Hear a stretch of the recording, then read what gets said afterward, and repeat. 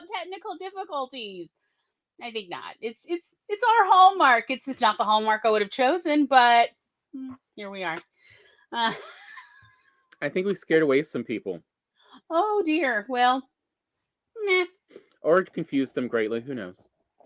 Well, I know that, I always monitor it on the TV, the show, and I got ads. So I wonder if like the count disappears while they're in an ad.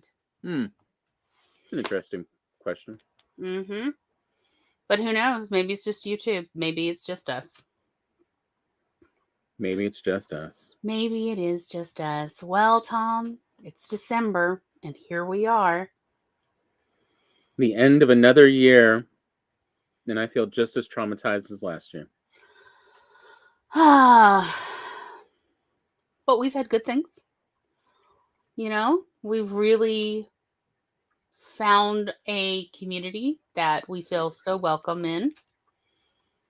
And we got monetized. Yeah. And made Twitch affiliate.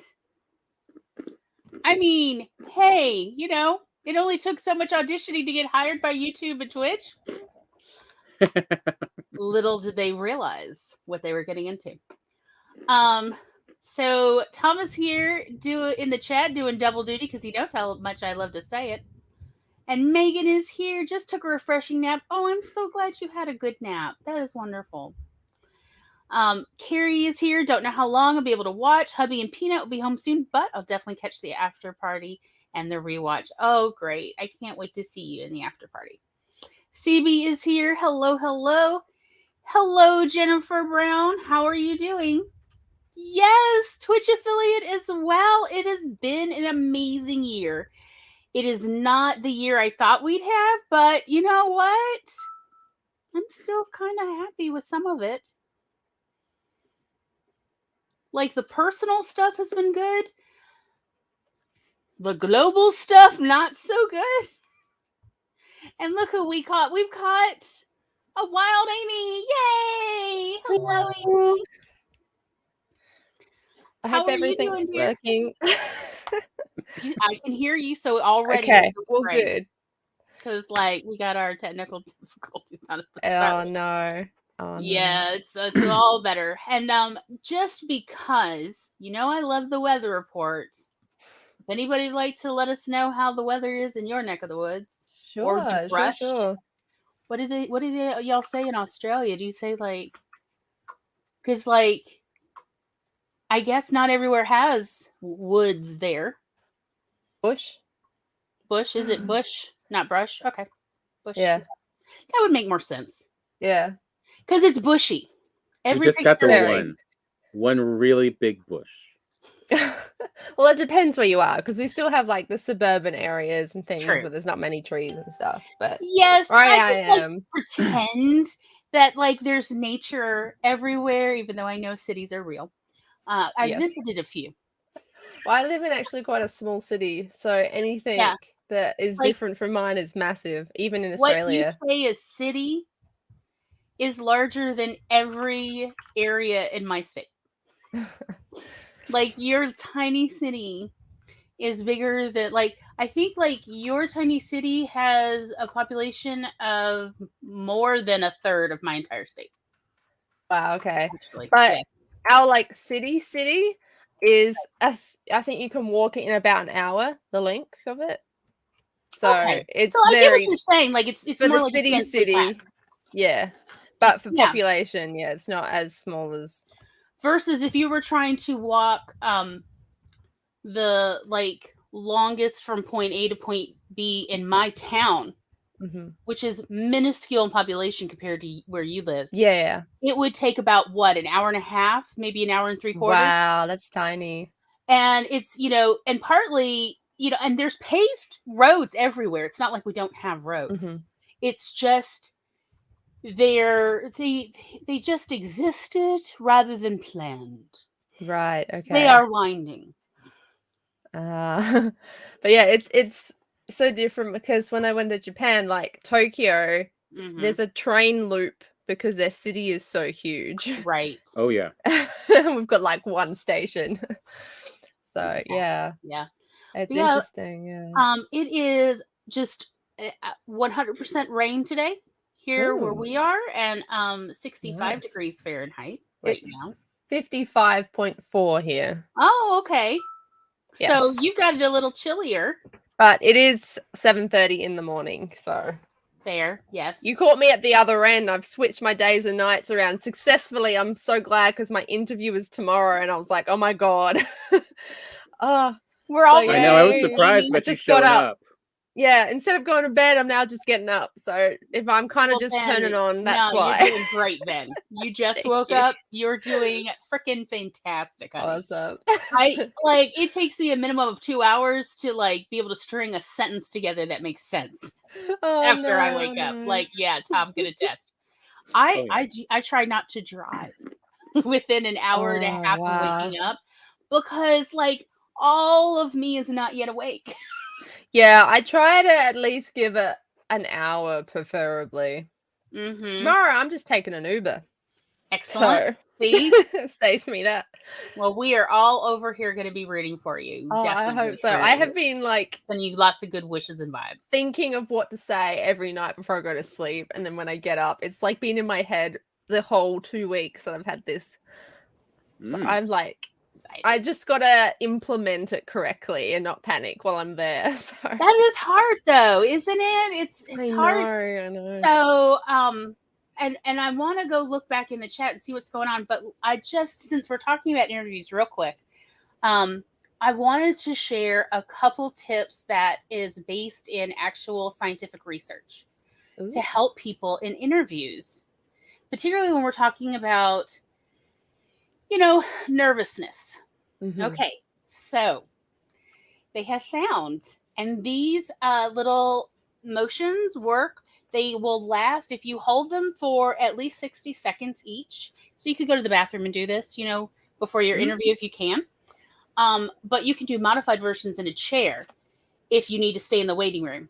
So there's a couple physical. So if you put your hands on your hips, even if you're sitting, and that causes you to stretch your chest a little bit. Yeah. Holding that for 30 to 60 seconds will actually boost a lot of your endorphins and all sorts of feel-good hormones that help you feel confident rather than nervous. And the effects usually last for at least an hour to 2 hours, depending on the person.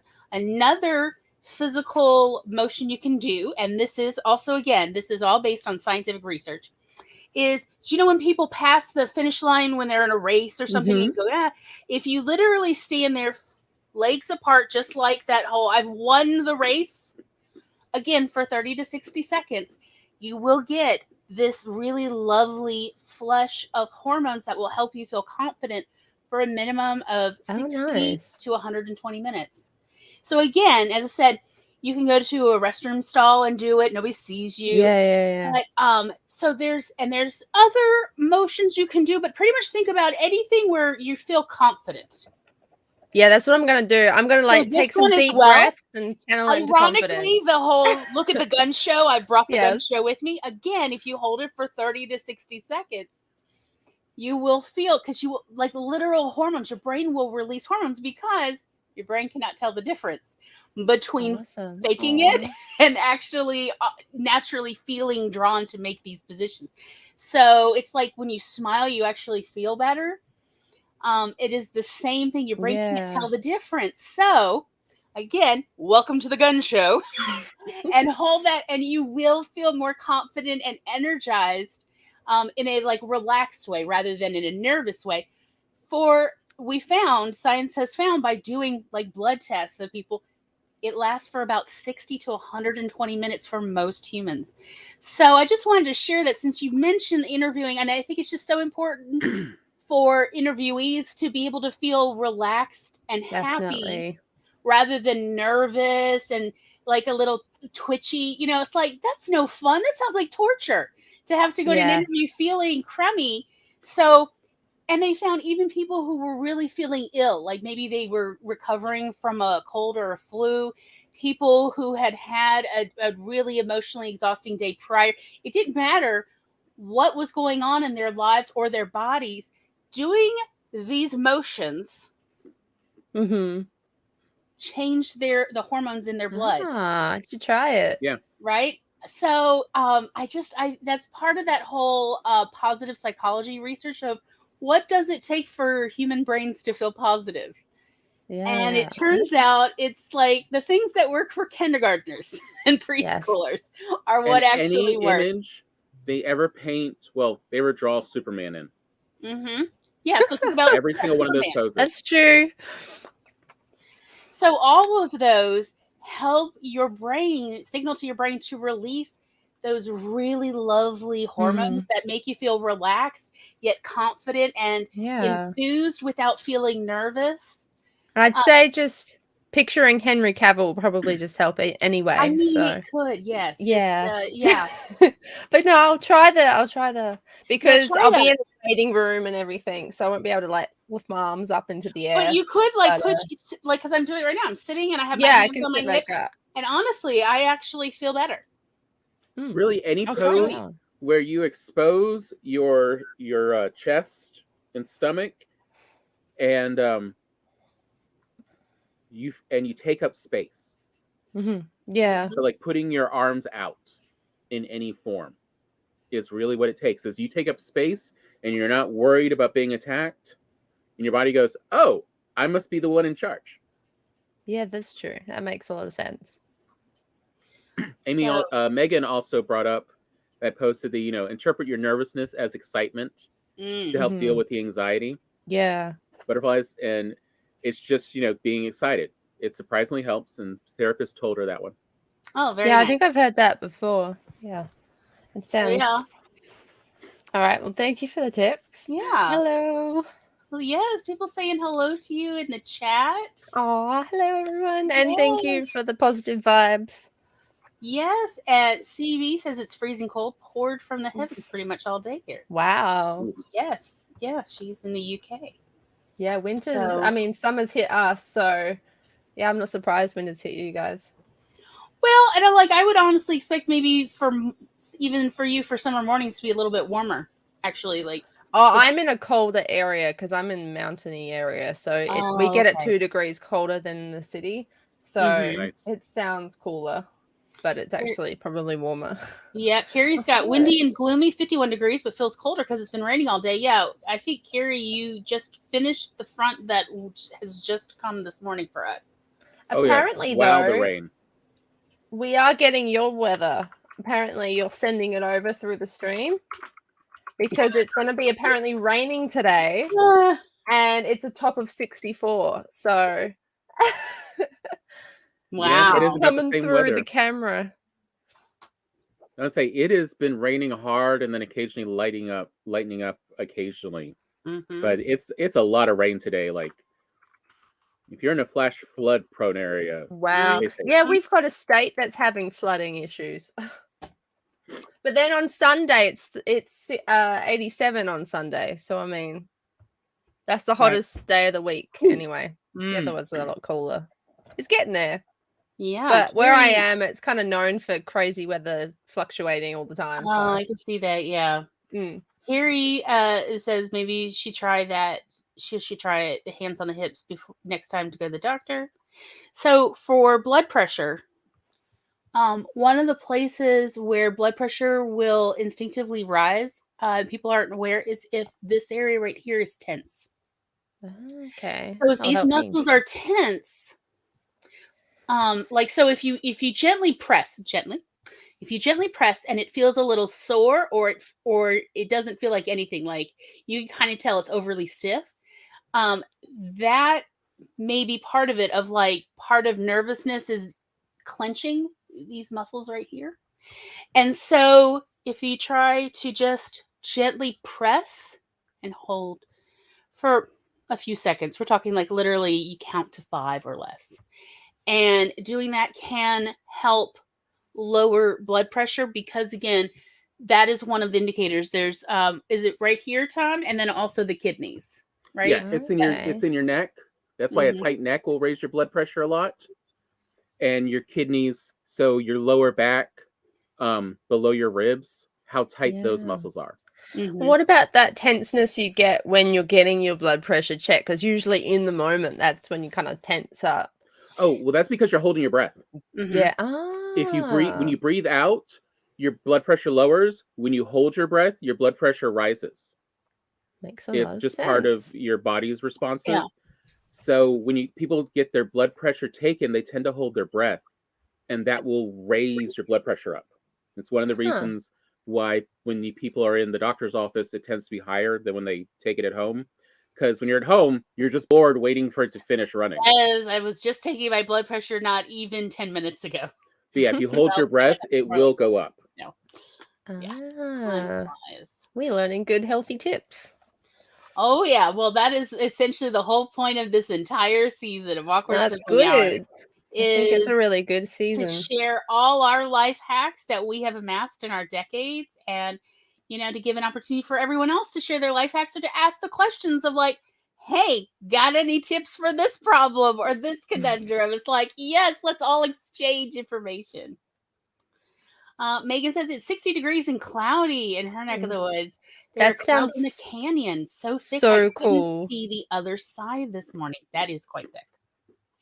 That sounds like fantasy weather. Like a dragon's gonna pop up or something. Okay. That's so cool. I know where Megan is, and we've driven through that area or like slightly north of it. Mm-hmm. And it really does look like with the it's the little mountains. I would say more like hills. Yeah. And with the fog, it looks, and did I not say that time when we were driving on Highway 1? Yeah.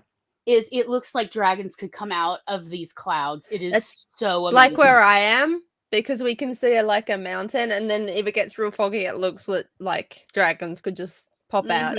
And if you've ever seen the Hidden Valley brand, yeah, we you know how there's that little image we got lost in the of GPS of the hills and stuff on a Hidden Valley. Actual Hidden Valley in California. It's real. Wow, that's so cool. Like the painting or the drawing on the bottle, like that. I was like, hold up, I know this. I know where we are. I've looked at this ranch bottle so many years. We have pictures somewhere of all this because we were like, we literally got lost and ended up in the Hidden Valley. Yeah. I guess it was hidden. Yeah, the GPS stopped working and everything. This was like 12 years ago now. Yeah. So Carrie says, also pretend you're petting a dog. The arm that doesn't have the BP cuff, let it hang and pretend you're scratching a dog. That helps me. Oh, I've never thought to try that, but that sounds really interesting. We should be allowed to bring dogs to doctors and interviews. I mean, it should be a rule. I agree with you. Yeah. Yes. Jennifer says it's been raining here all dang day. I bet. CB says 1.6 million people live in Glasgow. It would probably take about 2 hours to walk the length of the city. Yeah, I heard Glasgow was like a little bit more sprawling, a little less densely packed since it's although compared to our state, that's still very densely packed. Yes.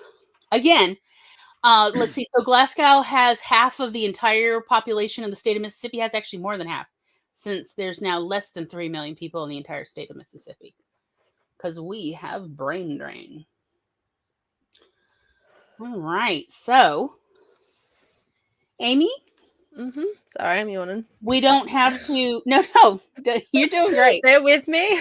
But if you would like to do an intro, but you don't have to. I just wanted to offer you an opportunity to do that. Yeah, sure, I can do that. Yeah, that's okay. Let me make you big. There we go. Alrighty, well, I'm Amy. I'm also Shiny Night on Twitch, where I stream Thursday, Friday, Saturdays, where I'm now playing 2 games. I'm playing Metro Last Light, and 3 games. Sims 4 and Mass Effect Andromeda now, as well as 2 hours riding sprints each stream, which is what I'm trying to go for. So check that out. I'm author Amy on the socials, and I'm currently writing a cyberpunk novel. So check out the socials when I actually do post about it. That was very nice. Yes. And I will get your info uploaded to the show description during the first break. Especially if anybody reminds me. Yeah, surprise entry into stream. Sorry. We're both doing it at the same time, Tom. I'm not touching anything. We're bouncing around. Oh, well, then I'm just having all sorts of problems with my computer. Hello, Fair Spence. warning, y'all. Since it is raining here, right before we started, we had some phenomenal thunder. So if you hear something, that's probably what it is. And it was like going on for, like, I counted, it was more than 20 seconds of just constant thundering. So just be aware. Hello, Spence. Hello, Charlie. How are y'all doing? I mean, it's small by population. Yeah. By size, we're a decent sized state.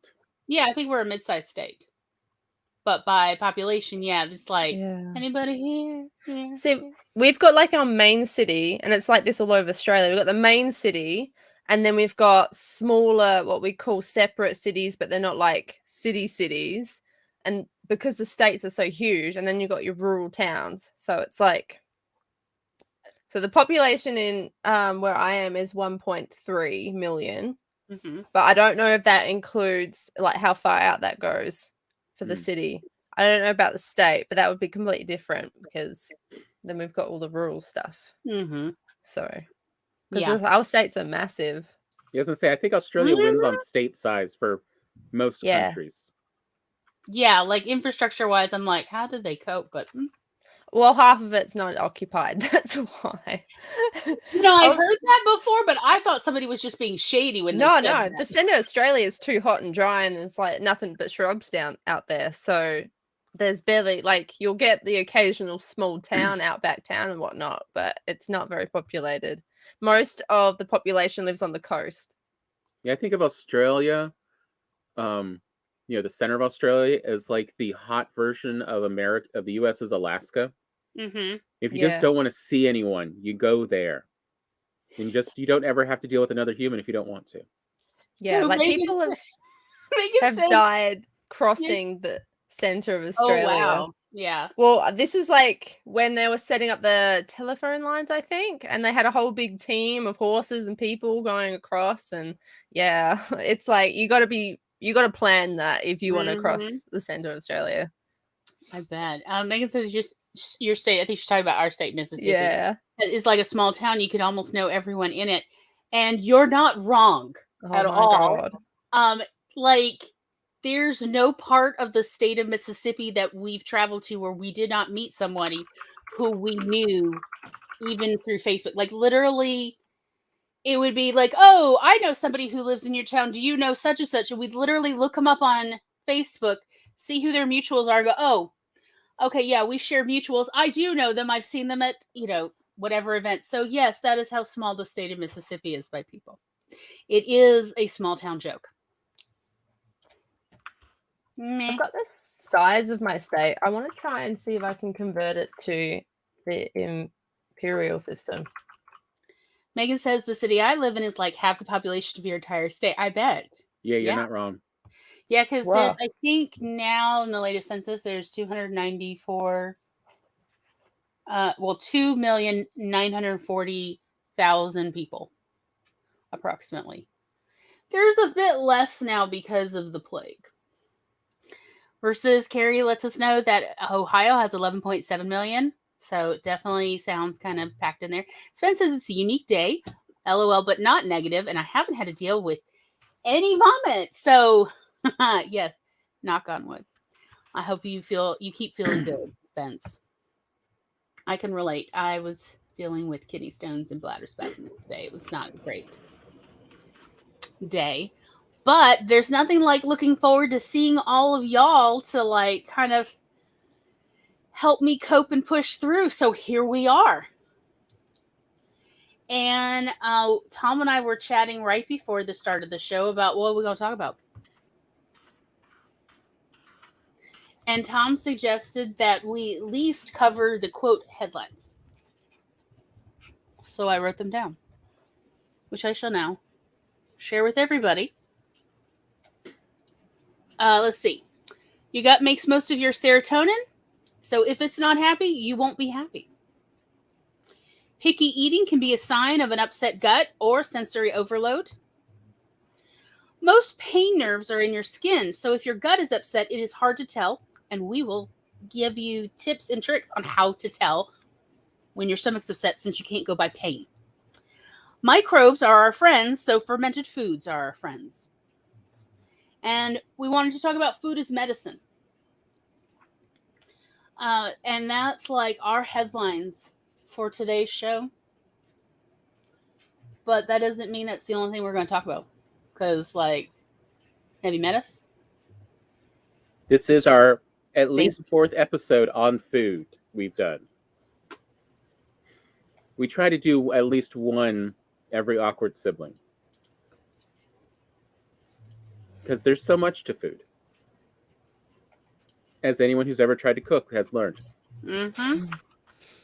Let alone try to substitute for no eggs in the house.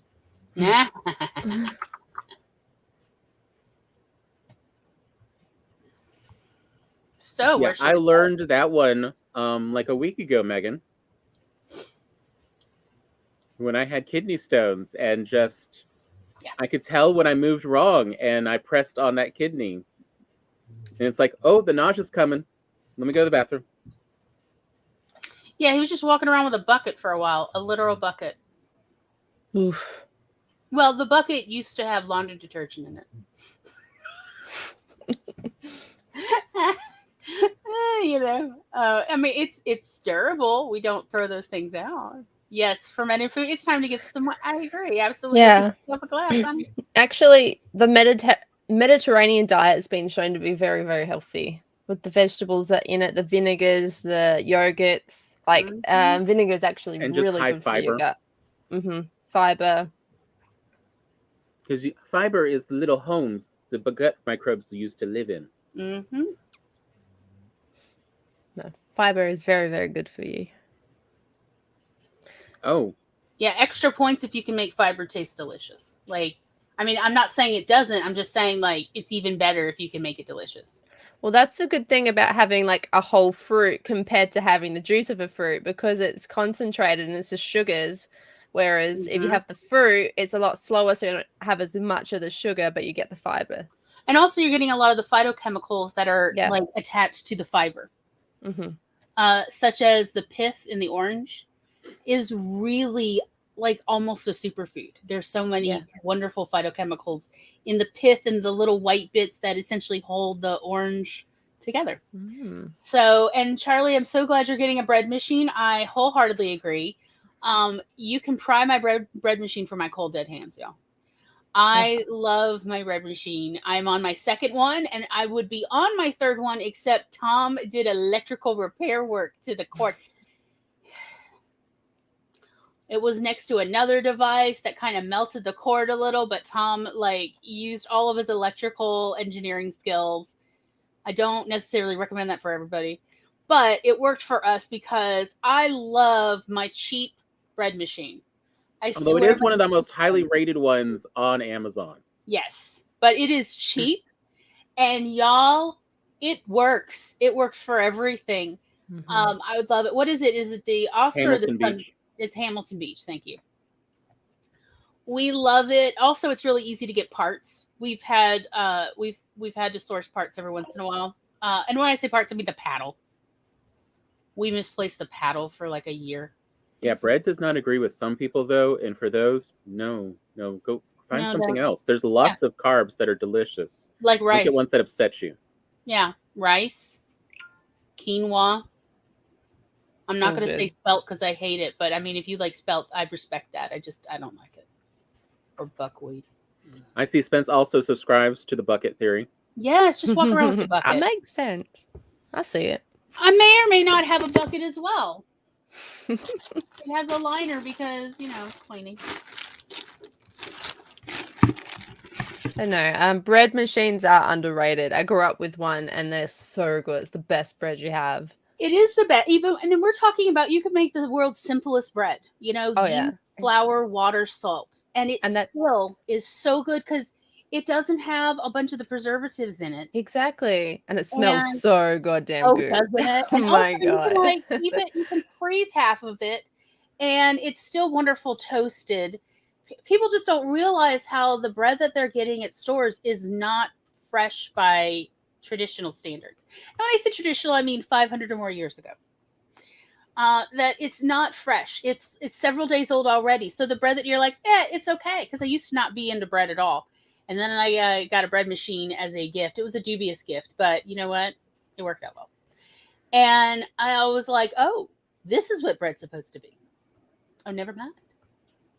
So again, like if flour or wheat is not your thing, I would highly recommend an excellent rice cooker. You can cook a lot of grains in it, and you can find the right grains for you.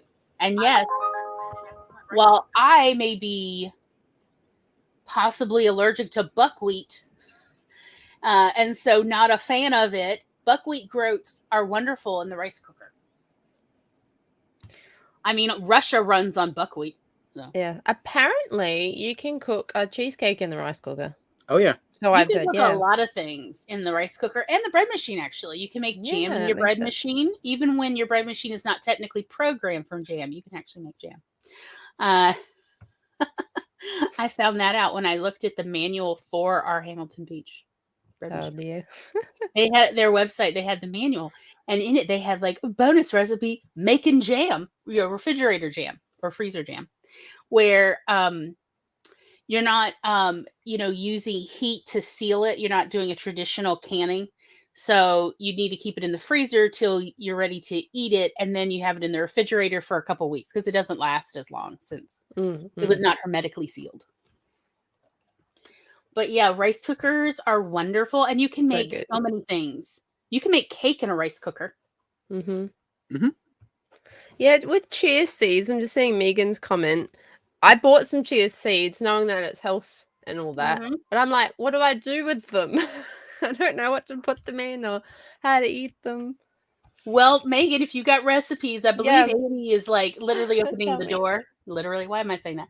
Is metaphorically opening the door for that. Yes. So if anybody wants to share recipes, please feel free to do so.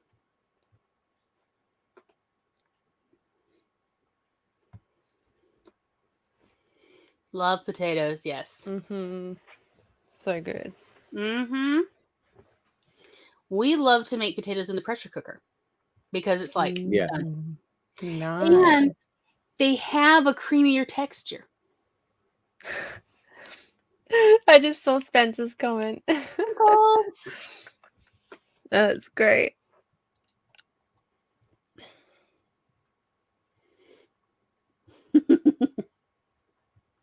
Yeah. Sweet potatoes are the best. My God. Yeah, we literally just bought a 40-pound box of sweet potatoes for the winter. Oof. It was like, what, 33 cents a pound or something? That's pretty good. Oh yeah, it was I posted on it. Yeah, I posted about it on in the Discord, in our Discord server about it. I think it was like $13 and change for a 40-pound box of local sweet potatoes.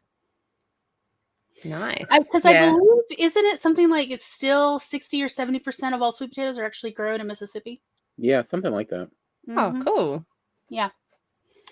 And I'm happy to say that Mississippi grows my favorite kind, Beauregards. Beauregard sweet potatoes are like high in beta carotene, but also a bit sweeter than some of the others. And what that actually means is they're starchy till you cook them. And the starch with the heat combined becomes sweet. So yeah, it's like, so essentially the juicy sweet potato show. The potato recipes in the chat. Oh my God, I'm so hungry. But like, honestly, especially if you scrub the skin on sweet potatoes, you can eat the skin, particularly if it's thinner. So scrub it a little bit extra to get any buildup off of it, and you can eat the skin. The skin is loaded with not only the good kinds of fiber, but also even more nutrients right under the skin. I hadn't thought about the herb goat cheese. Yes, that does sound so good.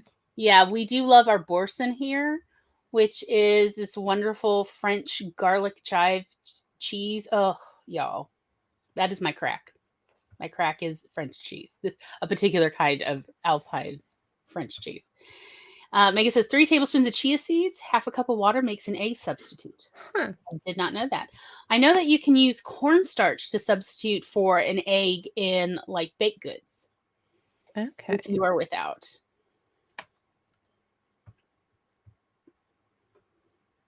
Unfortunately, Megan has lost her old bread recipes. Aw.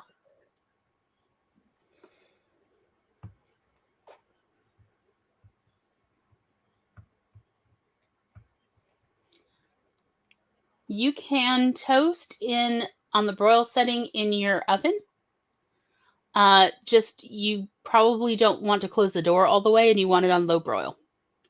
And you will need to flip your bread or flip whatever you're trying to toast.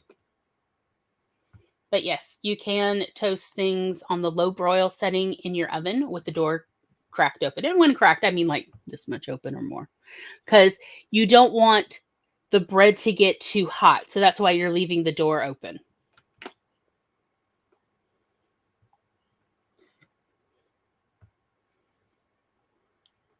Really? Oh, you could buy a toaster. Which, by the way, you can toast slices of sweet potato in a toaster oven or a toaster oven. Yeah. You just slice the sweet potato lengthwise instead of crosswise. And you just put them in and that's how you can actually make sweet potato toast.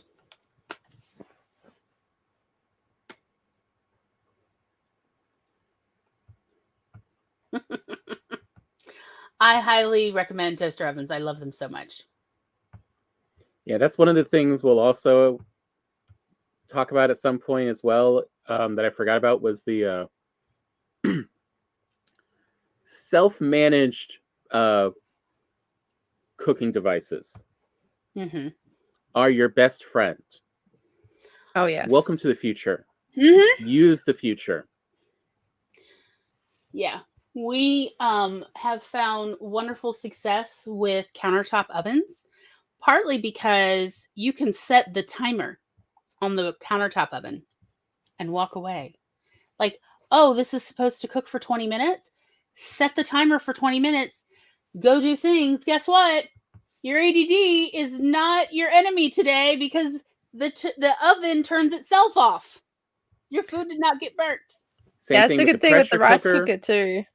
Yeah. And the rice cooker, like all these things, I love the part of you just set how long you want it. And once it's done, it turns itself off. Microwaves, toaster ovens. I wish the large, ovens Americans tend to have, and cooktops would also have a similar function. Mm-hmm. Yeah, we have similar oven stoves to you, I think. Mm-hmm. Pretty much the same.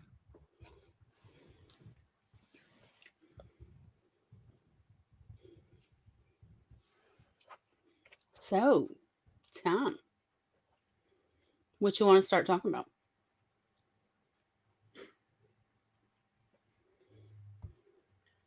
Tom has opinions, y'all. He has a lot of opinions, and he rarely speaks them. But if I'm quiet long enough,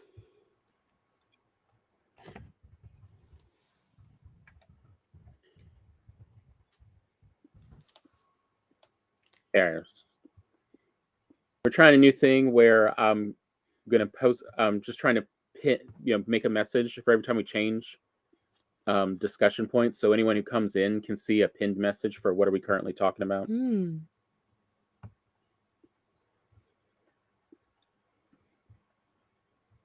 This is bread Tom made last night. Ooh, it looks so good. And I believe Gloria's gone through half of it. To give you an idea. I'll say a point, I think, is that just because it's healthy doesn't mean that, it's gone. He'll show up again. Okay. Yeah, just because it's healthy doesn't mean it has to, take hours and days to prepare either. Sometimes you can do really quick, healthy meals. Like, I love my salads. You just bung in whatever, tuna, whatever leaf. Like, you could have cucumber, tomato, or none at all, carrot, whatever, throw it in there. And then I whip up a really quick dressing.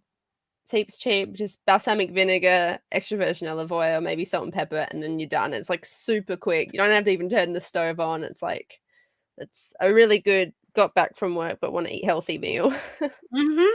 Sorry about that. Had a little crash It's there. okay. But what I wanted to talk about was, so why do we need happy tummies? Like, it's not an option as much as a lot of people are sort of taught that, you don't need to worry too much. We really do actually need a happy tummy to function. the function. Yeah. Period. Like in life, period. Like it's hard to sleep when your stomach or your gut is upset. And many times people don't even realize that that's where their sleep disturbances are coming from. But I'll put it this way. If you can have a cup of chamomile tea at night and just fall right to sleep, that is a great indicator that you're dealing with gut issues. Not that chamomile will fix all problems, because that's not exactly it. But just simply chamomile can help relax the light intestinal cramping. And so again, that is an indicator that you may be dealing with long-term upset gut. If you are an anxious person, there's a good chance it's actually your gut that is literally making you anxious, because your gut's not happy and it's literally quavering. Like, it's not doing peristalsis and moving things. It's literally just unsure what to do. And so you just get these little motions of muscles in your gut. And this translates to your body going, well, we're not sure what we're doing, but we keep feeling this constant motion in us, but we can't find a source. Where's the trouble? And it can't find the trouble. And there's your anxiety always showing up. And again, that's why, a happy tummy makes us far more functional. Is we don't have pain sensors. We don't actually have a lot of nerve sensors in our guts, in our organs. It's very sparse in there. So it's much harder for us to tell than our skin when things are not going well. But it doesn't mean that it doesn't affect us even more than when when we get a scrape on our skin. We tend to be a little bit more ginger with that area so it can heal. It's harder to do that in your guts because you don't notice it as much, and they always have to work. They don't really get time off. But there are a lot of things you can do that helps it. So, understanding what actually helps your gut feel happy versus upset. As CB was saying, bread has been upsetting her stomach. Even gluten-free bread, of just, you need to find out what is. Glory recently found out in the last month, or is it 2 months? I can't remember now.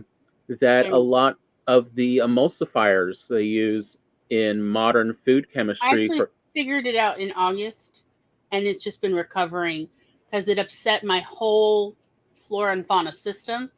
So I'm still dealing residually with a lot of gas. All right, that sounds weird. And bloating. And what I mean is, normally, like most of my entire life, I've not really ever dealt with gas. Like, I've heard tell about other people. But I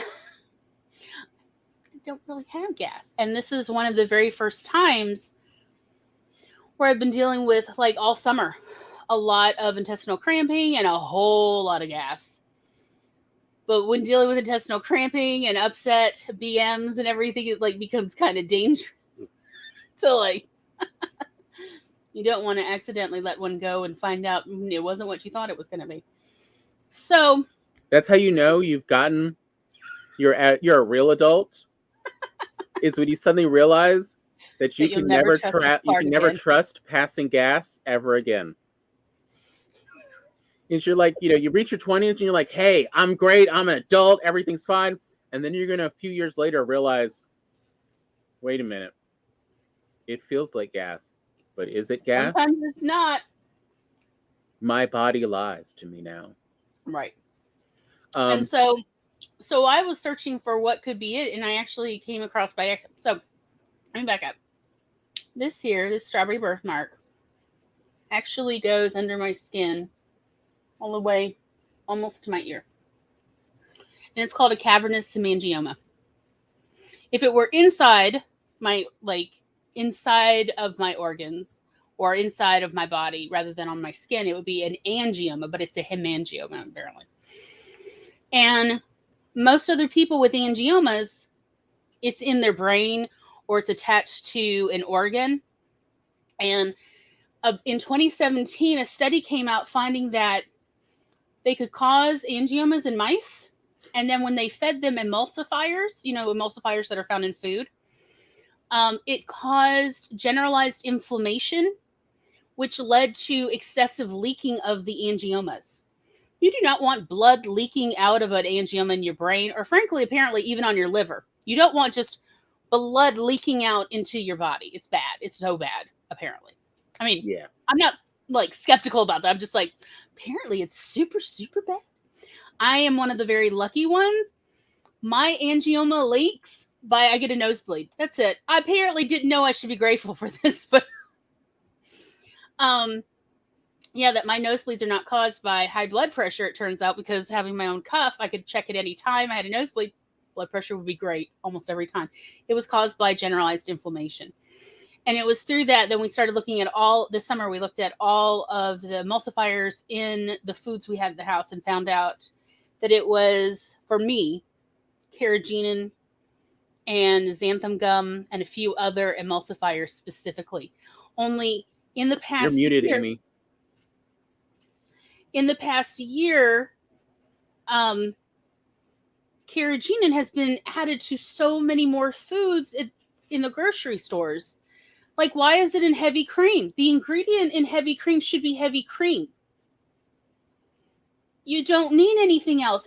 Heavy cream is so high in fat that it actually is shelf stable for about 3 days before it even starts turning. Just to give you an idea of heavy cream is naturally a little bit antimicrobial. So, in fact, it's very hard to make cheese out of heavy cream, it turns out. It doesn't have the proteins much either. But apparently, what we use to ferment dairy products to make cheese does not like that high of a fat content. So why are we adding emulsifiers? It's not splitting. Good luck if you're trying to make butter out of heavy cream with carrageenan in it. I don't know how. And then there's some other problems with carrageenan. You actually you use it in animal models to cause general inflammation. The bad form of carrageenan, except they did a randomized test and they found that more than 25% of all sources of carrageenan that said that they were for human consumption were also this negative form. So pretty much if it's carrageenan, it's it could be causing you to, get inflammation in an upset stomach and an upset GI and just not a great response. And I would recommend, as now a lot of doctors, because I then talked to my doctor about it. I saw my doctor in October. That's when I got my flu shot. Yay. And I talked to my doctor about the emulsifier issue, and she said, I've heard about that too. But they're now recommending, particularly for children, but also for anyone with gut issues or anxiety, to try to eliminate emulsifiers as much as possible from your diet. Which ain't easy. Yeah, it is. It's kind of hard, frankly. Because another emulsifier that I had eliminated years ago because I didn't like the sensory experience in my mouth it's called datum, datem. And I had first noticed this in Subway sandwich bread. So datum, it is what's used in yoga mats to make them. It stabilizes bubbles. Yeah, but they put it in food now to stabilize the lightness. It makes it more durable. But when I would eat bread with datum, and now pretty much at the grocery stores, all of the commercially made bread contains datum. Even the biscuits do now. I found that it dried my mouth out, which meant that I couldn't taste the food, so I was enjoying eating it less. And I was so I had cut out datum a couple years ago, just for quality of food issues. What's the point of eating something if you can't enjoy it because your mouth is dry? That's weird. So again, yeah, my doctor said we're now actually recommending that you cut out any and all emulsifiers you can out of your diet. So again, we're back to the bread machine and the rice cooker, rather than buying some of these commercially prepared foods that contain emulsifiers, a variety, there's a huge variety of emulsifiers and other preservatives that they're now finding are really not good for long-term health, let alone how they interact with each other. In a small amount, there's nothing obvious wrong with it. But when you're eating, all your food has this stuff in it. The amount you're getting is far higher quantities than they ever tested. And so they are seeing far more problems because that's not the levels they were thinking anyone would ever get. They thought people would still be eating more food freshly made at home versus, almost everything's coming prepared to you. And they, to maximize profits, they are putting all these things that also they're also certain form that also increase the lifespan of the product. Yeah, the shelf stableness or how long before it separates. So, it's in yogurts. Or to give, a certain taste feel. Like if you have I just noticed this because I was literally looking through salad dressings of if it's a oily salad dressing that says the word creamy, it's because they put a emulsifier in it. Pretty much anything that says creamy now, there's they had to use an emulsifier that is, chemically derived. It's not just egg. Which is interesting because originally you add mustard to vinaigrettes, and that's the emulsifier because mustard naturally works as a fully edible form of emulsification. It'll separate a little when it's just sitting for hours, but you just shake it and then it's, again, fully emulsified. And that's why so many vinaigrettes call for a little bit of either mustard powder or just straight up, French's mustard. That's actually why. So there's not a need to add chemical emulsifiers to these foods. We've been using edible emulsifiers, things that just essentially as a side effect also work well as an emulsifier, but are a food humans have been eating for literally thousands of years, and it's worked out well for us so far.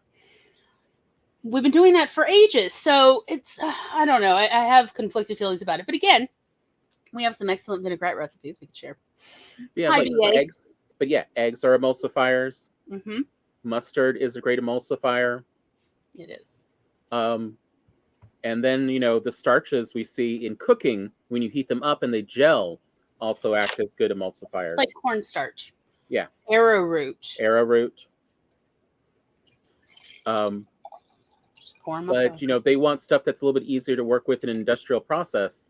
And that's where we see these ones derived. And they're like, but we test them, they're fine. I was like, yes, you tested those, they're fine. You don't test for what are all of the other byproducts that are still in that. It's not a 100% pure source. Or how they're interacting with other preservatives and chemicals somebody might be eating in the same meal. And so it's the complexity issue increases of it's not even necessarily that, that actually, that carrageenan itself is so bad for you, but it's how it's derived. Some of it is not okay. And they don't really test for which form do they have.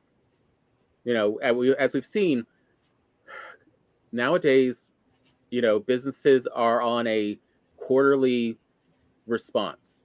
All that matters is that they've made a profit in the last 3 months. That's all they're held accountable to. They are not held accountable for are they still profitable in 2 years. And so when that's what you're looking for, that's what you get. These are the side effects. There's a big difference you get in education when you talk to your, the students about what they're doing the next, 3 months, that little section of learning versus what are your plans you're trying to do for this year? Yeah, your curriculum.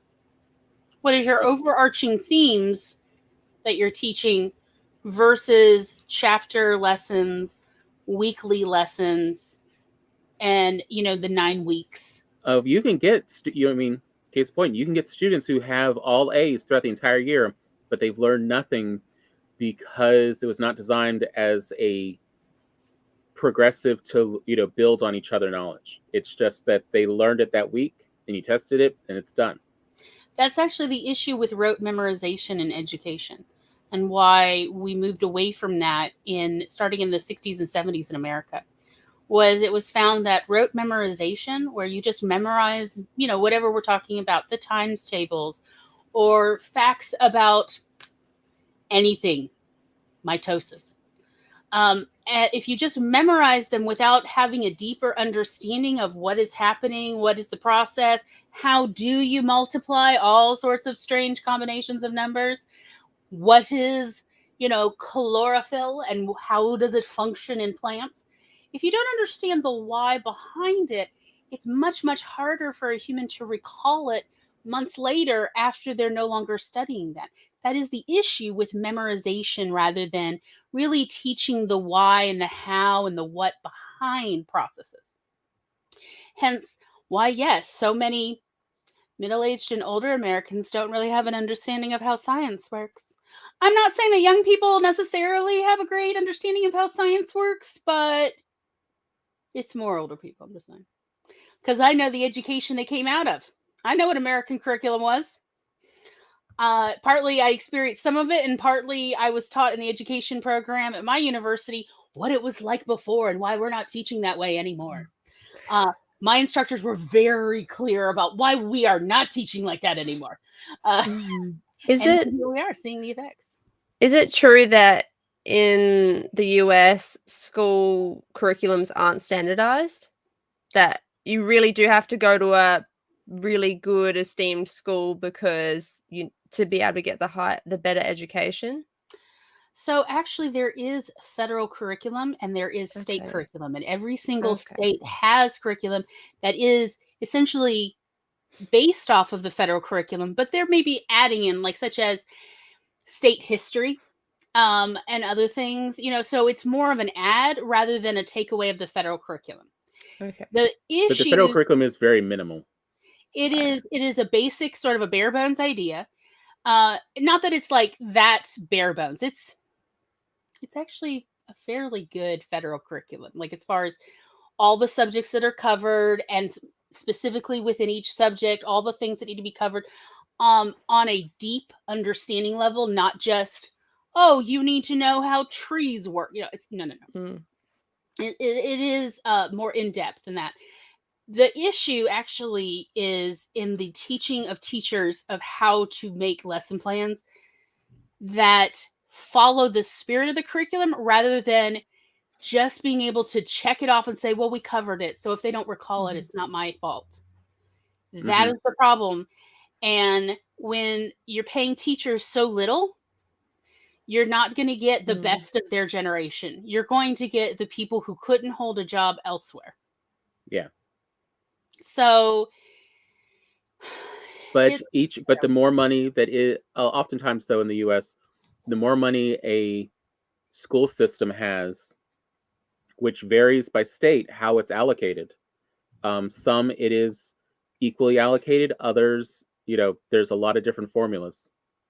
So yeah, you can get inside the same state and inside the same county drastically different educational outcomes from school to school, because it does depend on how it's approached, how it's handled. There's so many variables, and as we've seen, there hasn't been much money invested. In fact, most of the money has been taken out of schools and education for the last 50 years in the US,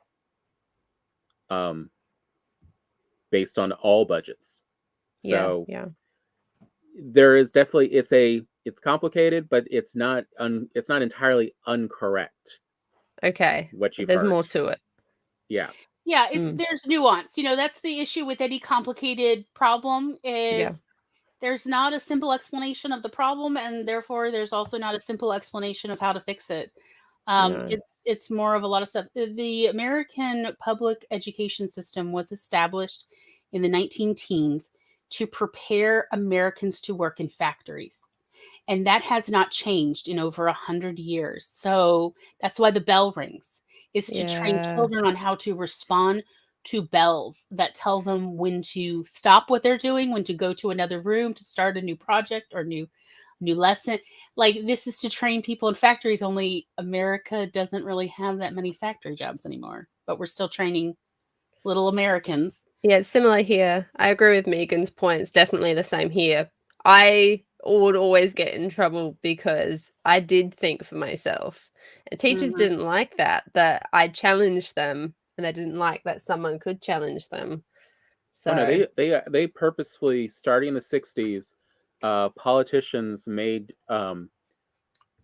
directed attempts and have spent literally the last 50 years changing things so they would not get the student rebellions they had in the US in the 60s. Like, that's part of what they changed in a lot of the curriculum, including removing civics, so you don't understand how your government works. Also, you can't hold government accountable.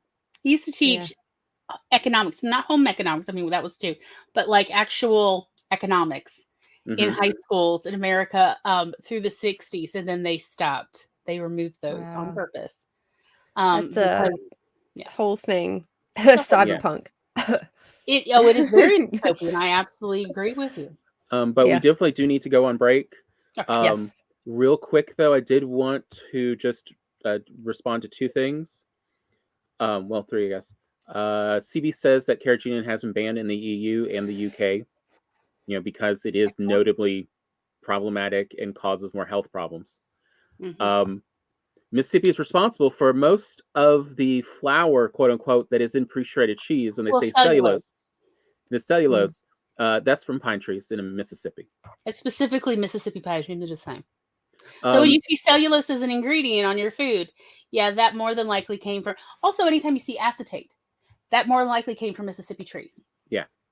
And the other one was answering Eva's about proteins and picky eaters. One thing that people tend to forget is that it's not actually that difficult to get complete proteins through vegetable sources. It's just looking up and knowing, because that's where you combine rice and beans, or corn and rice, or corn and beans. So you're looking at rice, corn, and beans in any combination. Also, like, for instance, peanut butter and milk, bananas and milk. Those are all complete proteins, because what you're looking for is you need the 9 amino acids that human bodies cannot make. That's why protein is important. It doesn't have to be animal sources at all. That's not a requirement for your body to digest it well or anything. No. They found it's just as effective. It's just, you do have to be aware of how do you get the complete sets together, because you do want them together. Yes. In the same meal. They don't have to be in the same product. But you want them in the same meal. You want them together in your stomach at some point before they go through the rest of the digestion, because sometimes you need the different amino acids together to be properly absorbed into your system and utilized. If you're missing one, it could actually make another amino acid more difficult to absorb as well. And that's why people tend to talk about animal proteins, because they know already it's, complete. Versus, with vegetable sources, you do need to make sure you're combining them so that you get a complete protein. But other than that, whatever works. And, you can get any flavor you want out of, rice and beans or corn and beans. What do they enjoy? Or rice and corn. Right. I mean, really, don't forget, rice and corn is quite delicious on itself. I mean, yeah. Especially with a little bit of butter and salt. Some black pepper. But those are the things I just did want to mention real quick. And also, I did like writing violets earlier when we were talking about having timers on all the cooking devices. Yes. For those of us with ADD and ADHD. That hyper focus, that'll burn some food in the kitchen while you're suddenly focused elsewhere. And that's what I like about the pressure cooker, is I can also use it to cook things like on a pan. I can cook in the pressure cooker because I just said to saute, but at least I know it's not going to stay on forever, and it's not going to overheat. Mm-hmm. Exactly. But yeah, it's definitely time for a break. We're going to do a bio break. I'd love to recommend that maybe it might be time to get some water, make some tea, take a walk. How about check your bladder? Let's be friends with our bladder. As writers, sometimes we can kind of lose track of the body's needs. So, just throwing that out there. Is it snack time? Maybe it's snack time. I mean, look at CBs already. Yeah, pasta, beans, and cheese. Sounds delicious. Mm-hmm. So we'll see you back here in approximately 10 minutes now.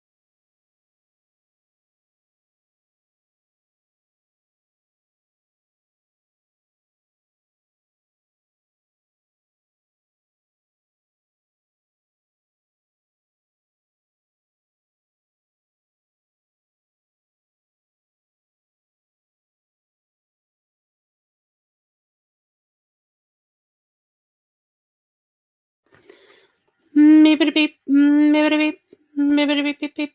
Boom.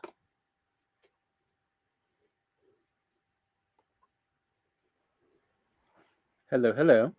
Hello, hello. Fancy seeing you here still. Do you come here often? Every week. Oh, surprised I haven't run into you before. Hi, Amy. Hello. I'm also here.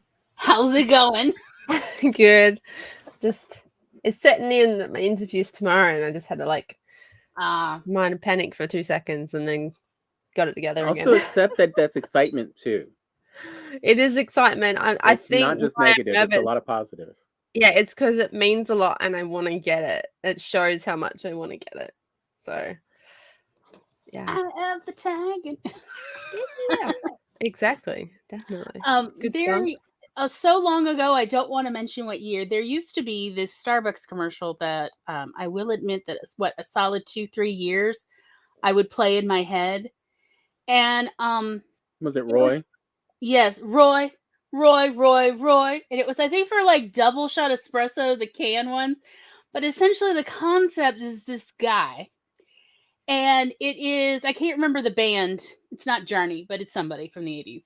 And it's the whole band is playing in every room Roy is in. Roy is walking to work. And the band is singing along as Roy, goes to work. And, they're in there in the elevator with him as he's going up. And I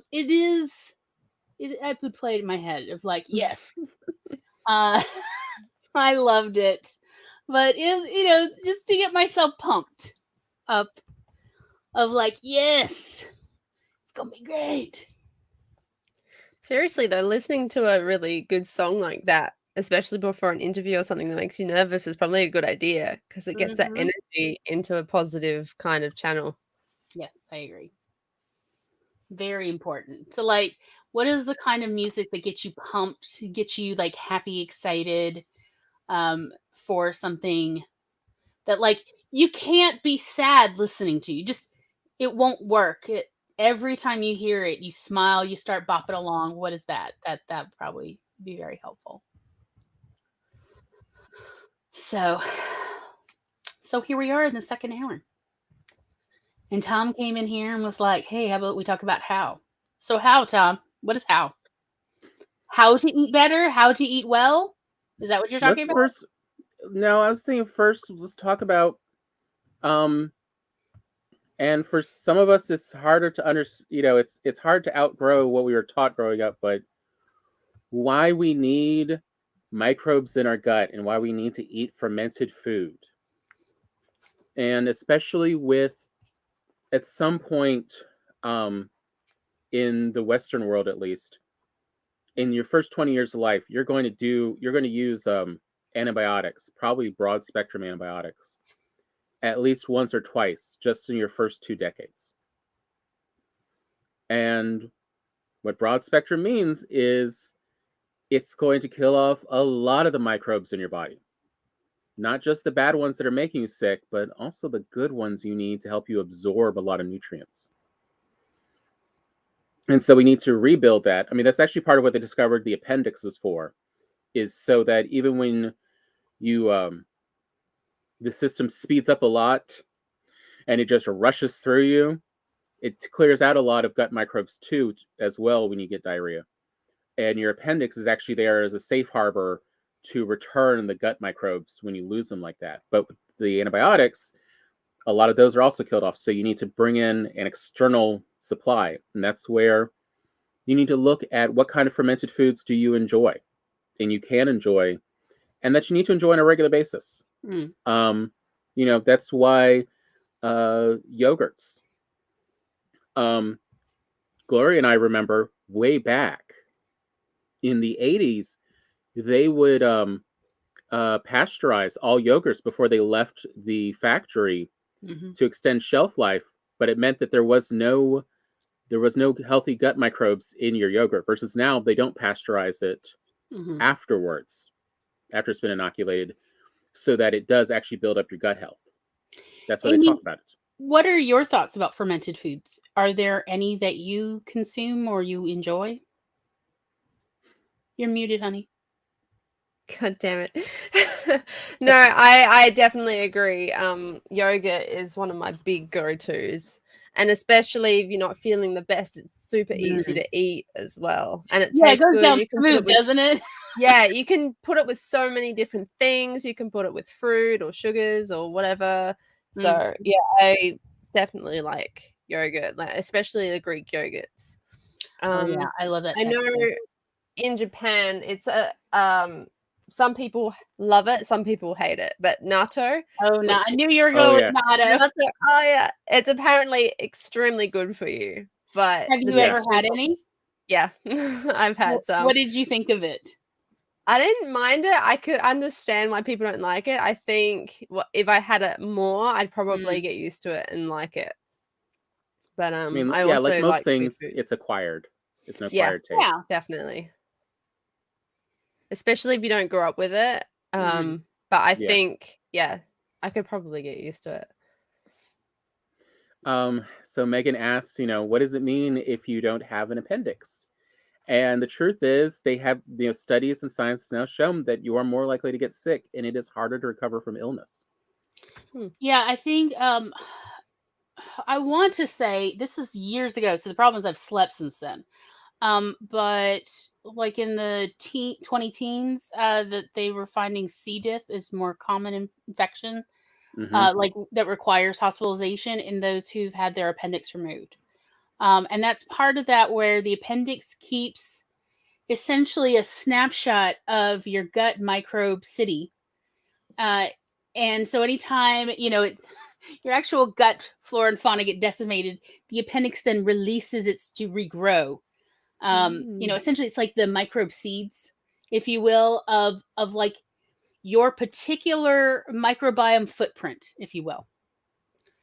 That is what the one of the roles anyway of the appendix is actually for. So without essentially having a little apocalyptic packet of gut seeds, it can take longer to recover. It can be more challenging, but it's not that it's not impossible. It's just that it probably is definitely going to take longer to rebuild what, your gut needs to function well. Amy, are there any other fermented foods you've tried or even that you like? Kimchi. Oh gosh, so isn't it the best? Oh God. It's so good. Good kimchi is great. Although I have to say, since we actually have a local supplier here, a little granny, who actually makes it and sells in the store, tiny little lady, is that you can really tell when kimchi is fresh because it's awful. It does not taste. It is not edible when it's been properly fermented, which usually, like what in our fridge, when we get it too fresh, it takes like about a week or two. Yeah, it usually takes about 1 to 2 weeks. And usually then it tastes 2 weeks. Amazing once it's finally fermented long enough, where it has almost like a little bit of a salty taste. And it's a little effervescent from all the CO2. Yeah, it's like, it's bubbly. That's how we know it's good. But yeah, we're very fortunate to be able to buy locally made in the back of the Asian grocery store by, one of the owners. I don't know if she's one of the owner's mothers or grandmother. Like, some things keep getting lost in translation.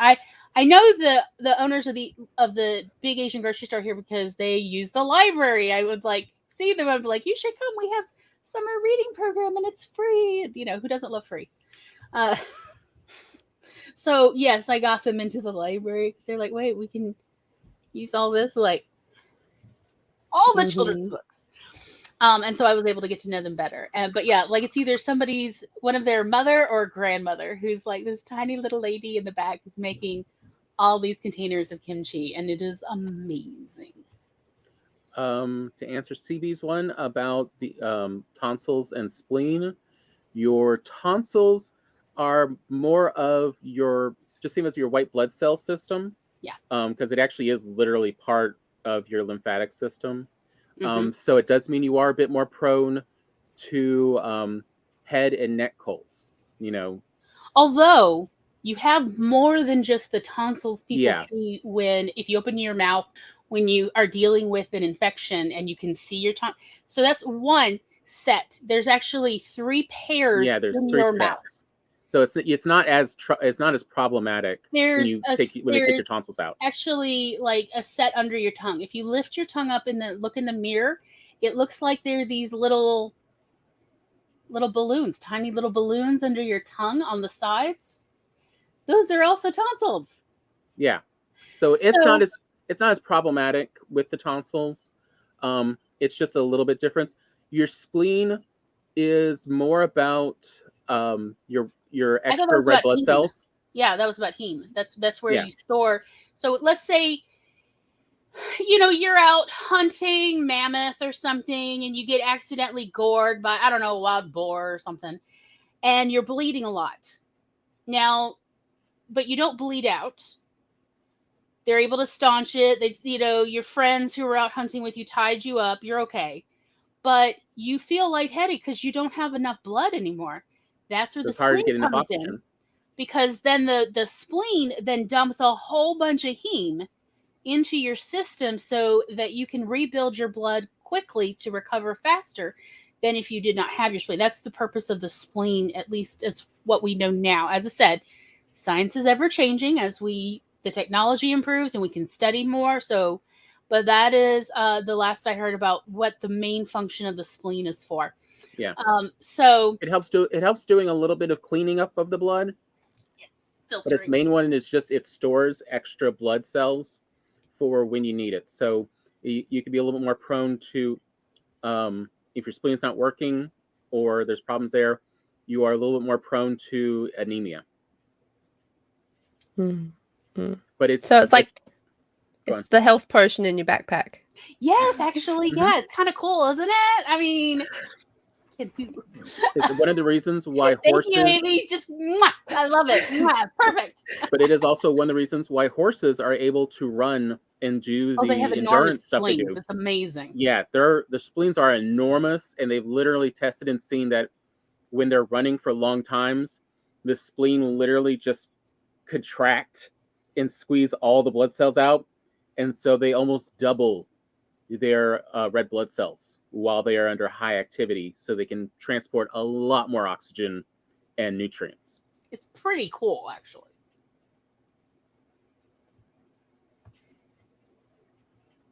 So yes, all the organs have uses. They're not, you know, it's not like we have vestigial. I mean, technically we do have a couple vestigial, but they're truly like, you don't even know the name of those because they're like so small and yeah, don't worry about it. But like, yeah, those kind of organs they do have functions, I guess is what I'm trying to say.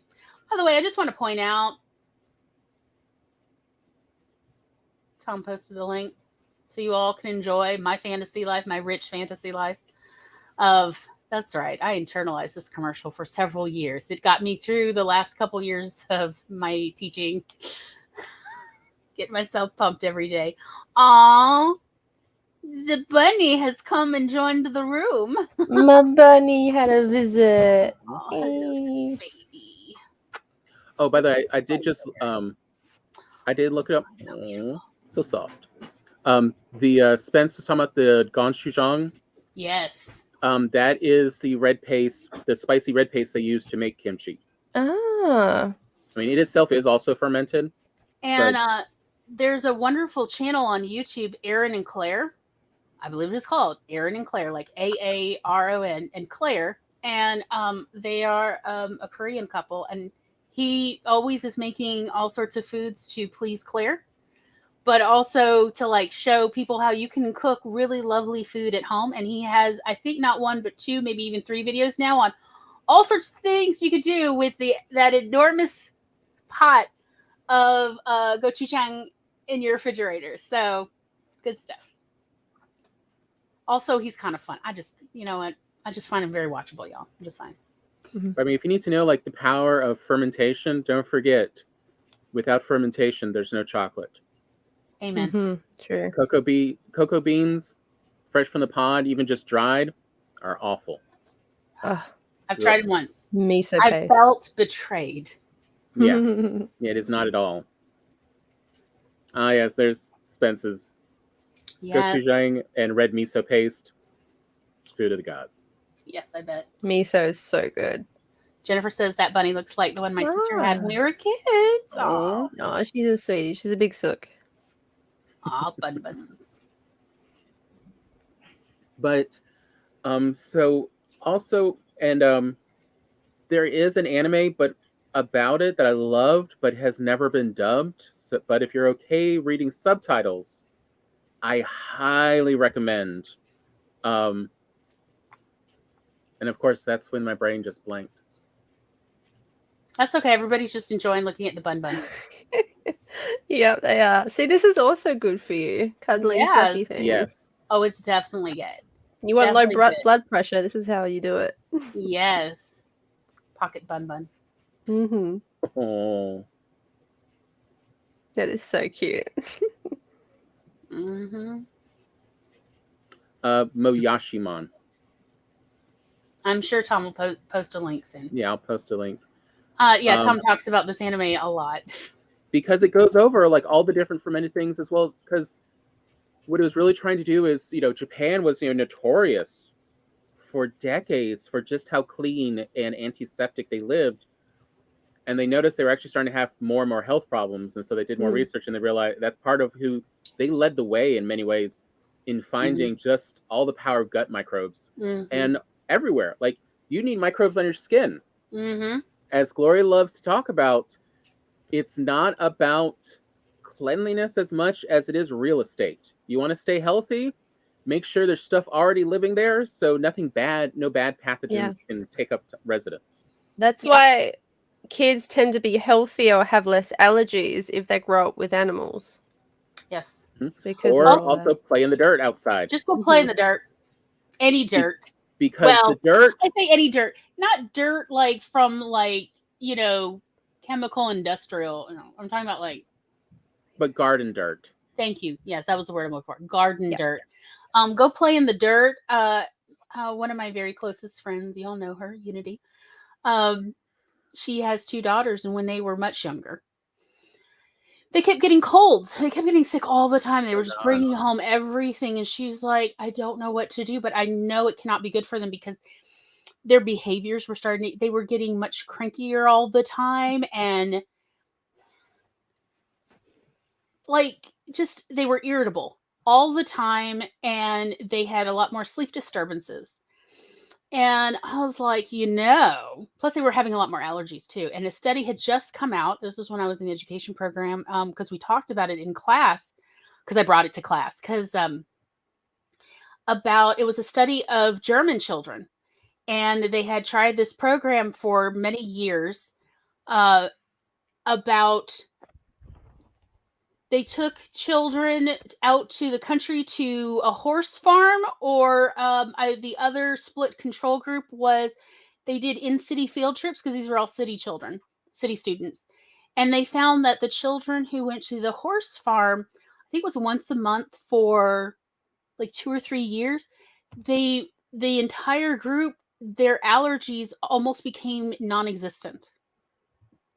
They went from, I think, 80 to 90% of the children parents said they had at least one allergy, to there was only, out of 170 kids, 3 children who had even one allergy left after a 3-year period of going out to the horse farm and working for one day. And when I say working, let me be honest, these are children, so they're not like working. But, they get to pet, they get to curry the horses, they get to clean out the horse stalls. So much manure. They get to literally frolic in the pastures with the horses and colts, school children things. And, doing all these blood tests on these kids, they found that they had far fewer white blood cells indicating inflammation in general after 3 years. So that was what I told Unity. I was like, you just need to get them to go out in the backyard and play in the dirt. And so every day when they come home from school, she's like, just send them, go play in the dirt. You cannot come in for 30 minutes. So they just sometimes sit there in the dirt and stare at each other for 30 minutes so they could come back in. But she said after about 6 weeks, they stopped catching every cold at school. And then they started sleeping better, and yeah, their allergies went down. So that's pretty much how she handled them for like the rest of their school career, was go out and play in the dirt. So they got kind of better at like learning what to go do outside of the backyard. And her backyard was literally the woods. So take that as you will. I think they eventually set up like a whole little gnome village out of found objects, like little milk boxes and things. And they had like a whole little city going on in the backyard woods. But I would recommend, like, even for adults, go play in the dirt, or at least go sit on the ground and stare at the sky for a little while every day. It's good for you, whether you have allergies or not. Those ears. Okay.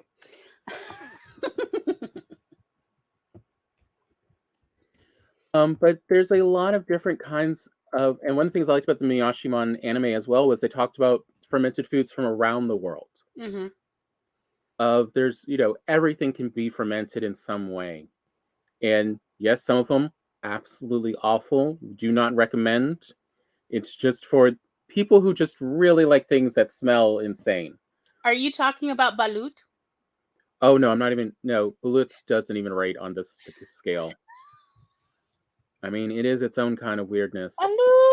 Balut.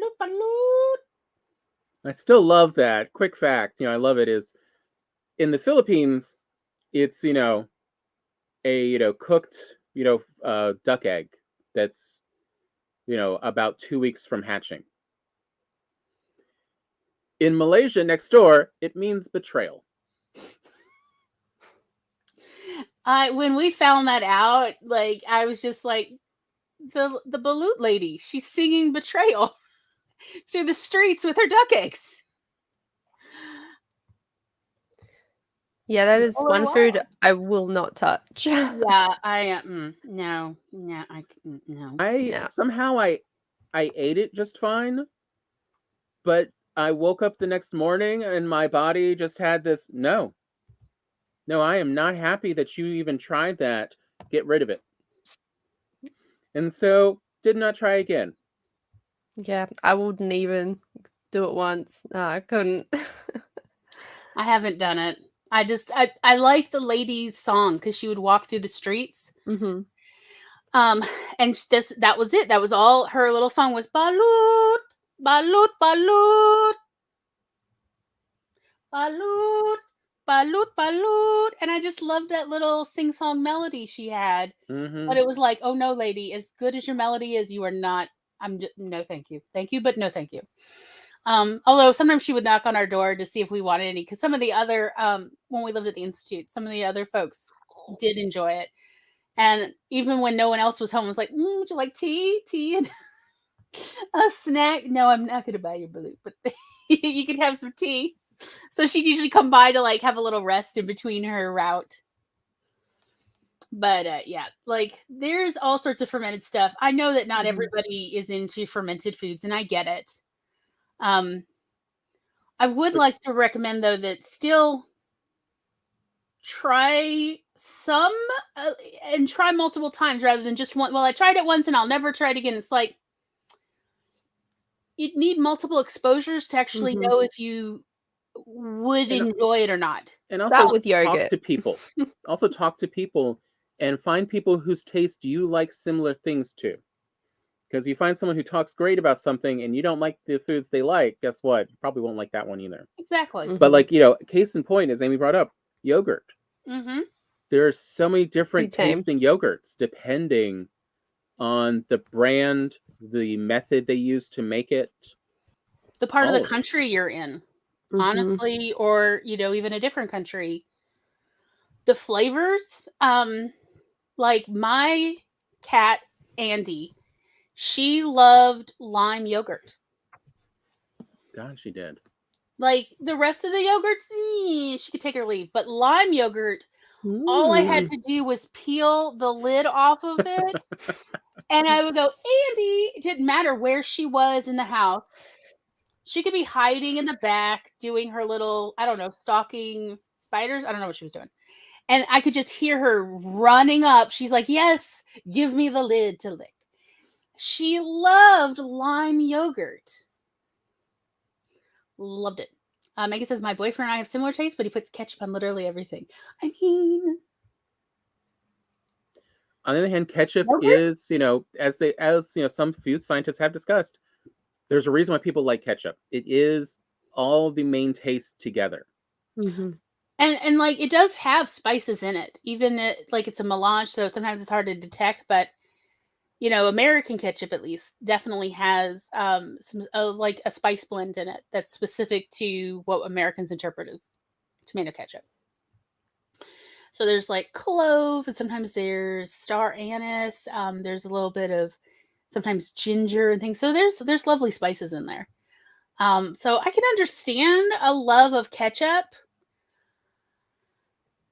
I can understand also like not loving it on everything. I get that.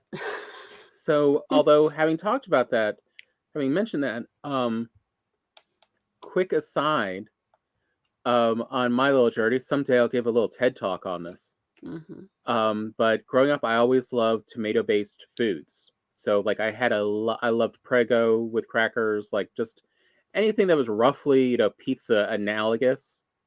I liked it.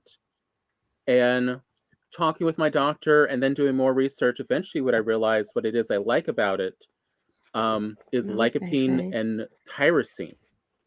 I'll Aged be right back. foods. Okay. Aged foods, like ketchup, but cheeses, produce more tyrosine. And tyrosine, while it's not considered essential, some bodies like mine do not produce enough, and it's what you need to make dopamine. And so that is why I craved it, because I would literally feel better after I ate it. And it turns out it was actually because it helped my body make more dopamine. So I'm going to check on what else he loves putting on. Like, does he really love cheese as well? It may actually have to be with, a nutrient deficiency. That is one of the things, food preferences tells you, is like, what is it that you need more of and possibly why? Mm-hmm. So have you made your full pitch about fermented foods, or do you have more to... What you got? I think I've done most of the stuff for fermented foods. I wish I could remember like 2 or 3 other things that are fermented that you can get that still have some live active cultures in them. You mean like sauerkraut? Like sauerkraut, everyone's, perennial favorite for health food, the apple cider vinegar from what's their names? Bragg's. Yeah, I mean, I found out you can make red wine vinegar at home with red wine and or any wine. Like you can make white wine vinegar as well with wine and Bragg's. A little bit of the apple cider vinegar mother, and you just let it ferment on the counter, covered, for a week or two. And versus most of the red wine vinegars I found at the grocery store, I haven't looked in about 2 years, but the last time I looked, most of them had preservatives in them, which again, it's kind of wild that vinegar would need preservatives since it's so high in acid, but okay. It's like you literally is used to preserve everything else. Right? Of like, it's kind of like, how low a quality is this that you guys feel like you need to use a preservative? Also, yeah. And I just, Megan brought up kombucha. Yes, excellent. Of just, trying things that have microbes in them. You don't know what you might like. Yeah, give it a try. But all of them will help because it helps introduce a supply of, microbes that are safe for your body. Mm-hmm. That will help it. Like when in doubt, if I am feeling awful and my guts are, not doing well, it's like when in doubt, we always try to keep some kimchi around because the properly made and aged kimchi will help reset my gut much faster than just letting my gut do it on its own. Again, because we're talking about real estate. Yeah. So there's a Gotham City in your gut, in everyone's gut. It's a metropolitan city in there. And there's all sorts of neighborhoods in there, and there's factions.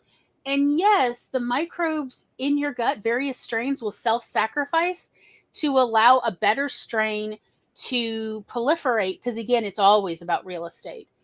And that's because they're all trying to live in a way that is most harmonious to your health being as good as it possibly can. So kind of keep in mind that you're not just you.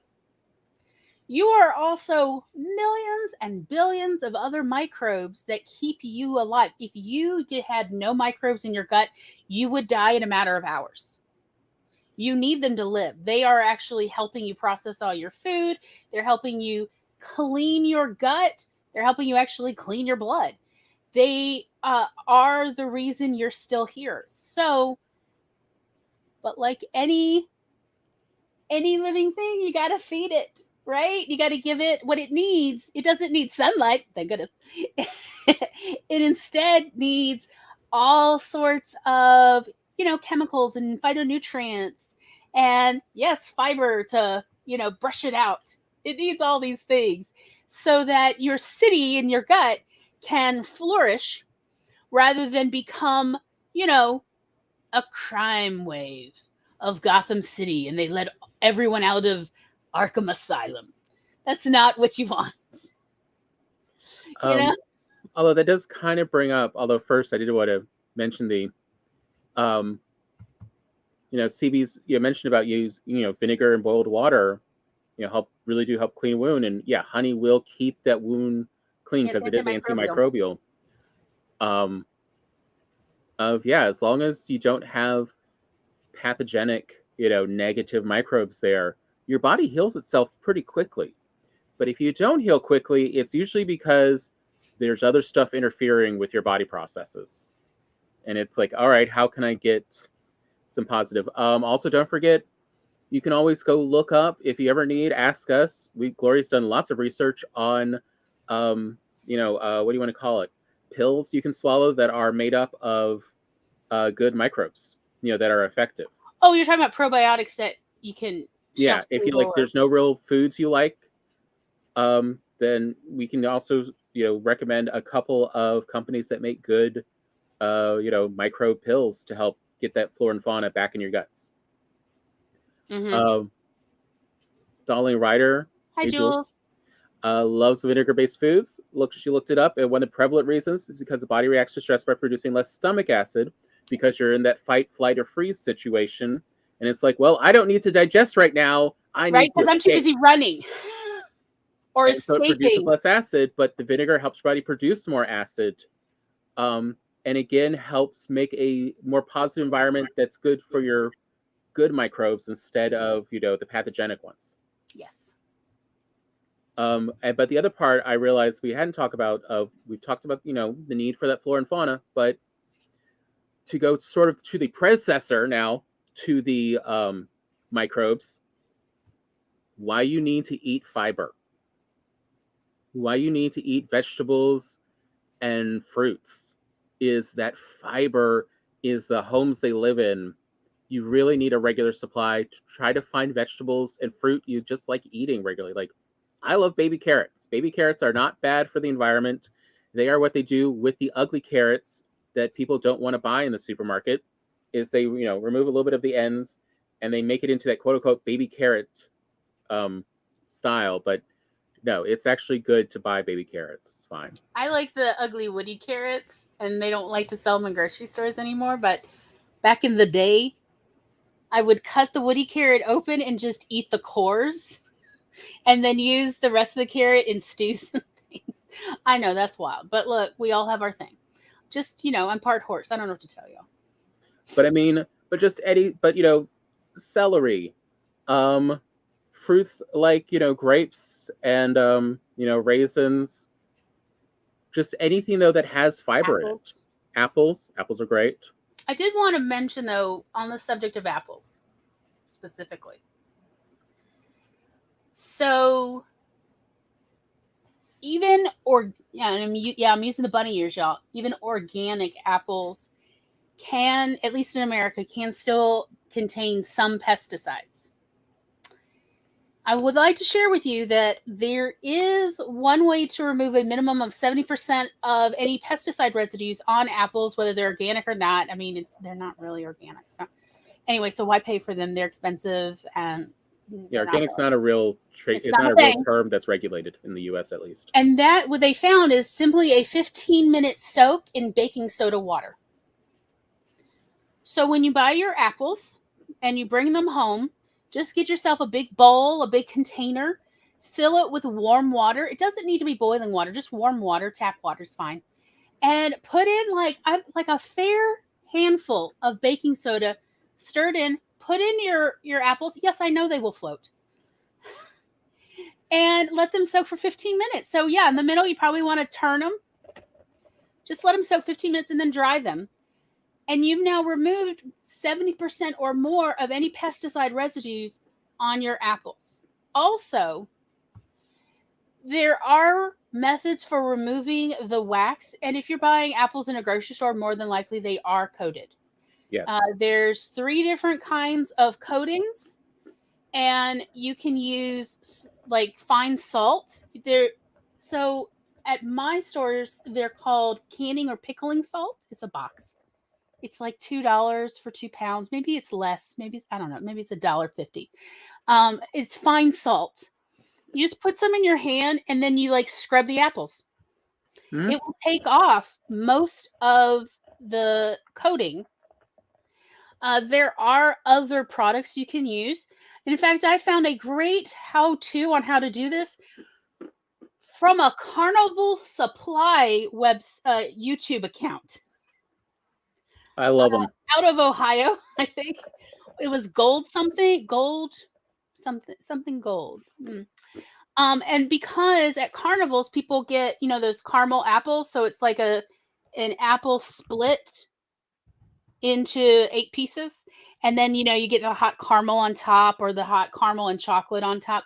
Well, caramel will not stick to apples if they're coated. So this company has a whole video on how to remove on YouTube. Because, yeah, I will watch those videos on how to remove all the different kinds of coatings on apples. YouTube is a wonderful resource for cleaning your fruits and vegetables. I'm just throwing that out there. But I just wanted to share that. I love apples so much, but be aware. So like you can also soak many other fruits and vegetables in a baking soda solution for 15 minutes. Then you toss the water, just put it down the sink. And it will take the majority of any pesticide residues off of your foods. So just be aware of that. So that you're not consuming pesticide residues that you don't have to. And also baking soda, do you know how cheap that is? When you buy a sack? I have trouble eating apples. Sets off sensory stuff. I can't even thinking about eating apples makes me uncomfortable. I don't know. Just it's kind of like is it like fingers down a chalkboard? Or is it pears as well, or is it just apples? Pears are okay, but I prefer them softer. But apples, I don't know. Yeah, even right now I'm getting set off by it. Like I almost fingers down a chalkboard, kind of like that squeaky dryness on the teeth. Yeah, I don't know. I'm good with like most fruits, but yeah, apples, I don't know. Well, I mean, also, I originally read it was like about plums and other stone fruit. If you want to remove any pesticide residues, so soak them. I mean, yeah, those will still work for like lots of different things. And yeah, and it recommended it for pretty much anything that is part of that. What is it like? They called it the dirty dozen or something. The things with the most pesticide residues on there. Wow. And so, because like there are so many things that can upset your gut, including, yes, obviously pesticide residues. But to find out that it's something, the way you can remove the majority of it is very affordable, because baking soda is still quite affordably priced. And baking soda does not have, a detrimental residue itself. So it's something that is very easy for people to use, and it's safe for pets and children. Yeah, you can eat it. You put it in like baking and stuff. Yeah, it's perfectly fine. For anyone wondering, it's literally CO2 and sodium. Yeah. That's all baking soda is. So that was one of the things I wanted to be sure to share today of like, I know that sometimes, especially like I deal with chronic pain, and it can be a bit overwhelming of like, oh, you mean I got to clean everything again? Of do what you can, do not sweat the rest. Yeah. Okay, so what if, like this past week's groceries, when you brought it in, you just did not have the energy 3 days in a row. You tried to like summon up the time and energy to clean your fruits and vegetables, and you just didn't really get them. You could rinse them right before you prepare them, but you just didn't have it in you. That's okay. It's about good, better, best. It's not about perfect. Perfect is a trap. It's just good, having better, the fruits best. and vegetables is better than not even having them. Having them rinsed is better than just having them straight. And you can always get peelable stuff like bananas and oranges and things like that, and you don't even have to wash them. You just kind of chop them up, and there you go. It's all good. Exactly. So just do what you can when you can, and don't sweat the rest. I know, isn't baking soda amazing? I love it so much. Baking soda and vinegar are my two favorite things. Oh my god, vinegar is so good. Like I buy vinegar by the gallon now. Like I love vinegar. I can drink that. I can drink vinegar. It's so good. Oh, we have several, things, containers of homemade pickles. Oh, sounds that so we, good. But what do you call them? Fridge pickles. Oh yeah. How about my watermelon pickles that actually for some reason taste like papaya? Yeah. What? Yeah. So it's the watermelon rind pickles. And I followed the recipe, and then, because I made a whole batch of and I canned it. And, a month later, I open up one to then try it out. And I'm like, it tastes just like fresh papaya. This is so weird, but also wonderful. Wow. So yeah, but all the pineapple, the rind that no one eats, you can actually pickle that, just removing the true outer skin that is just, the rough too bits. hard. Yeah, that you remove. But that. everything inside that's still, chewable, you just cut that off, cut it into little sections, pickle it, and you end up with actually pretty good. It's really good. It's similar to cucumber to start with. So it's not. Yeah, that's true. It's not as odd as you think once you're like, oh wait, you're right. Yeah. Apparently that bit is actually good for you. So. Yep, it'll help. Because again, that fiber and the phytochemicals, all the antioxidants in the pineapple, really do help the gut. Helps grow the good stuff and kill the bad stuff. So yeah, that is just what we wanted to bring up. And then when we come back from our bio break, what is it? I wrote it down. What we're going to talk about. Tools for achievement is what Tom put it. How are you going to do it? I don't know. That definitely more tips and tricks. If anybody's got any tips and tricks, be sure to let us know. This is where we're going to start talking about strategies and devices. So bring out your favorite devices. What is helping you eat well? What is helping you feed yourself in a way you like to eat? We will see you back here in approximately 10 minutes.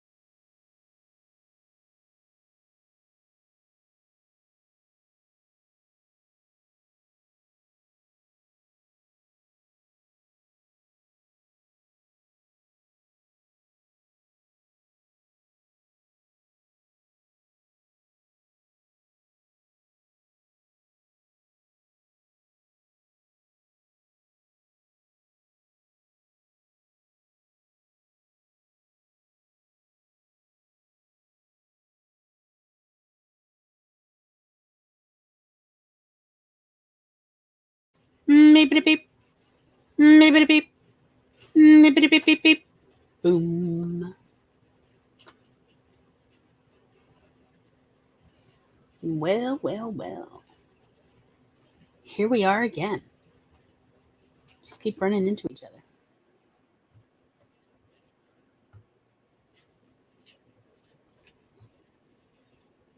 I lost track of time talking to Tom in my room.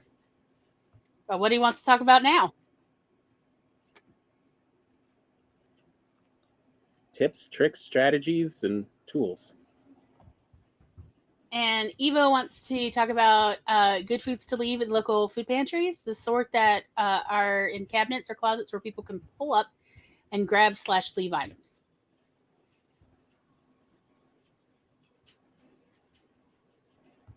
I know that when it comes to cooking or food preparation, people often donate cans and box mixes, but you need the other ingredients on the mix. So you need cooking oil. You need milk. Often, people donate so much macaroni and cheese, but you need milk and butter for that. If you are looking to really be helpful in food pantries, I would recommend powdered whole milk. Nido, NIDO, makes an excellent powdered whole milk. Mm-hmm. It is recommended that we do not feed children skim milk. They need the fat in milk to fully digest and absorb the calcium and, vitamin D if it's added. They need the fat to do that. Also, all people need the fat to do that. So, again, I'd recommend powdered whole milk. It tastes way better than powdered skim milk. Powdered skim milk is what torture people. That's all we used to get when we were kids. That was all that ever was in the food pantry or WIC or those church pantry. It's always powdered skim milk. It's just so gross. It's nasty. But so powdered whole milk. Also, I saw Horizon now does powdered whole milk, and I like Horizon, their UHT, their shelf stable whole milk. It actually is the first one that I like the flavor of. As I understand, most milk in other countries like Europe are UHT, they're shelf stable. So I'd recommend shelf stable milks like the UHT from Horizon, which is also ultra high pasteurized. That's what it means. Also, just evaporated milk and sweetened condensed milk. The canned ones. My gosh, that stuff. Again, okay. The canned ones, not great for having cereal. Excellent for cooking with, though. Mm-hmm. Oh no! You can you can use evaporated milk from the can in replacement of heavy cream or cream in making sauces. Because again, it doesn't curdle, just like heavy cream or cream doesn't curdle, but milk will curdle in high acid or high heat cooking preparations. Mm-hmm. So it's, something to think about. So I would also go with spices. Spices are a wonderful way to make drab food taste good. So bringing in dried Italian seasoning, taco seasoning, particularly if you can find a low salt or no salt taco seasonings. These kind of things are a wonderful way that people who are, in a tough place can essentially dress up their food, but spices cost a lot of money. Mostly because people don't necessarily have access to affordable spices. We're very fortunate where we are that many grocery stores here carry the Badia brand of spices. And those are lovely and affordable. But still, it's like, am I going to buy a $2 case of ramen? Or am I going to buy, a little thing of Italian seasoning?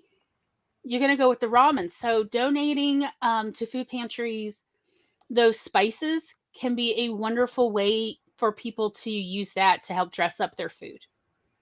Any spice blends, curries, and things that you like, particularly if you could do no salt or low salt, to donate is a wonderful way to dress up very bland food. Because, think about when you don't have much money, you're going to go with rice and beans because they're very affordable. But taste-wise, it gets old fast. It's just so bland. It's like, yeah, I'm so tired of rice and beans. But you can dress it up with spices, but again, spices cost money. So so thinking about essentially those pantry essentials, milk, oil, sugar.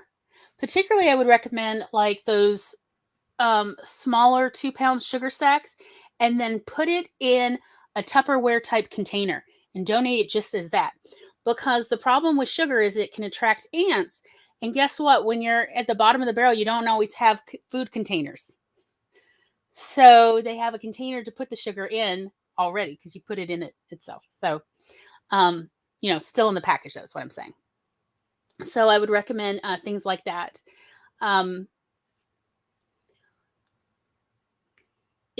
Like people will give you sacks of flour and then they don't give you any baking powder. What am I supposed to make? Crackers? Hardtack? Is this the Civil War? I need leavening. And again, baking powder costs money. So like people don't think, oh, nobody wants baking powder and baking soda. It's like, yeah, you want it when you don't have it. So, but smaller containers, because they don't need that much, right? Just so that people who do have the ability or the know-how to make some quick breads have everything they need. Sometimes people overlook salt.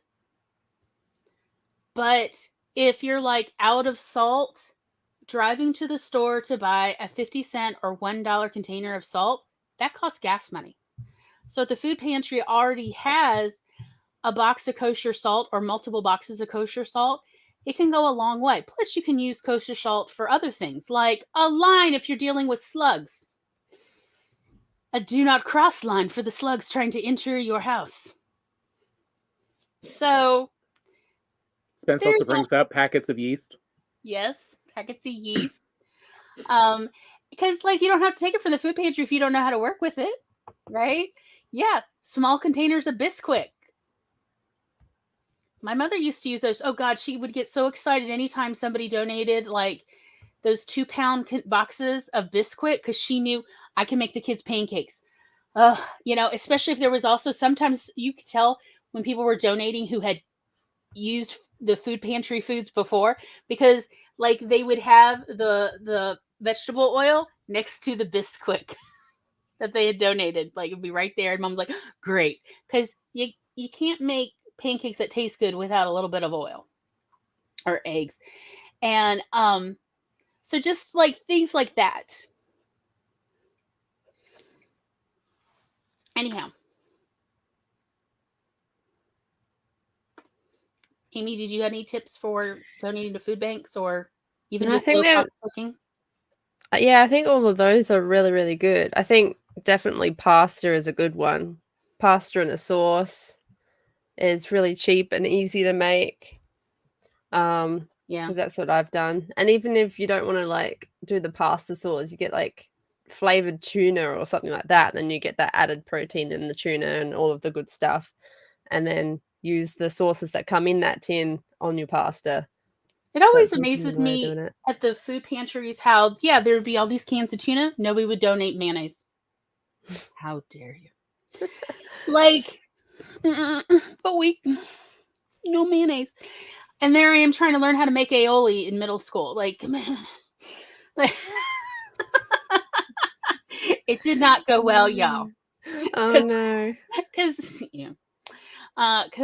we didn't have a whisk. I was trying to do it with a fork. No, don't try to make aioli with a fork when you're 12. It's not going to go well. But like we just wanted a cheese sandwich with mayonnaise because we didn't. Yeah, it was like one of those weeks where we didn't have electricity, so we couldn't run the stove, and so we can't make grilled cheese or toasted cheese sandwiches. So yeah, it was like let me try to make aioli. Did not go well. But yeah, like small containers, those little small jars of your favorite mayonnaise. And I think along the lines of the seasonings and stuff, you could always do soy sauce as well because it lasts for ages, and you can mix it with so many different things. You've got rice, you've got vegetables, fish, like heaps of different things you can put Your it with. favorite barbecue sauce? Oh my goodness, boy, can our family use barbecue? Last night, Tom had made a fresh pot of rice, and I put butter and barbecue sauce on it, and mixed it up in the rice. It's so good, y'all. I know it sounds weird, but it's so delicious. I mean, one way to, if you ever are trying to figure out strategies for what works well in a food pantry, a food bank, go look up videos on what to take, what you can take when you're hiking. Because again, it's stuff that is, low energy requirements that you can make that are delicious. That'll give you, and that'll bring up and remind you about spices are your best friend. Sauces ready-made that are shelf-stable are your best friend. And there's a lot of proteins that are canned, again, that help out and, last longer, especially for food pantry and stuff. So, it's not that if someone just showed up that particular week, they got access. It's, can be for, a month or two of those things. Yeah, because it's all the little things that people don't think about. That's often what food pantries really, food banks need, or at least the people who are needing to access them. That's what they need. It's those little details that get lost in translation. Cooking oil doesn't cost that much, but you've got to buy, a liter or something. They don't sell small containers that much, let alone at affordable prices. Oh, they sell the small containers at convenience stores, and it's like $5 for 4 ounces of cooking oil. It's like, who buys this? And it's old too, so it's going to taste terrible. It's rancid. If you can, do not consume rancid oil, y'all. It actually can upset your gut. It can cause food sensitivities later for you. So please check the expiration dates on oils. Please, please, please. Please, today, if you do only one thing after this show, you'll make me so happy if you just check the expiration dates on all of the oils in your house. And then throw out anything that's like beyond its expiration date. Because I have a very sensitive nose, but I gather most people cannot tell that they're like when their oil goes a little rancid, but it only takes a little rancid to cause a food sensitivity later for you. So please check the expiration dates on your oils. You will make me so happy to know that you are not consuming rancid oils. Yeah, those snacks really can go a long way, especially for people who are working 3 jobs and still struggling to pay the rent, the dystopia that we live in. So pudding cups and granola bars, and if your food bank has refrigerated section, the cheese sticks, the string cheese and things, you can make a meal out of that when you are when you're when you're eating in the bathroom in between your jobs. So those they're just supposed to be snacks, but when you are working endless hours forever, just being able to get anything to eat, even if it is just shelf stable stuff, is such a help. Trail mix will go a long way, particularly if it is less on the overprocessed foods and more on the seeds and nuts and less processed fruits, dried fruits. I was going to say nuts, but they're very expensive. But they are really healthy for you. Well, they're at least very expensive where I am anyway. Yeah, they can be expensive. And that's why, if you can donate those to food banks, it's wonderful. Did you know that they have now found that consuming 1 hot dog takes 25 minutes off of your lifespan, supposedly? However, consuming 1 serving of nuts and seeds, 1 ounce, will add 23 minutes to your lifespan. So, hey. Kids snacks together? Well, it's really more, honestly, it's scientifically, technically sort of correct, but also it's more of they're trying to make a metaphorical point about seeds and nuts are really helpful to human guts and to giving people the nutrients they need, versus the overprocessed and nitrate nature of overly processed meats can cause damage in human guts. So there is a balance thing. So something to think about is, if you've got the money and you can donate nuts and seeds to food pantries, you could be very helpful in helping people have better health. So something to keep in mind. If you're donating whole nuts, like we have pecan trees, and in fact, South Mississippi used to be like what was it?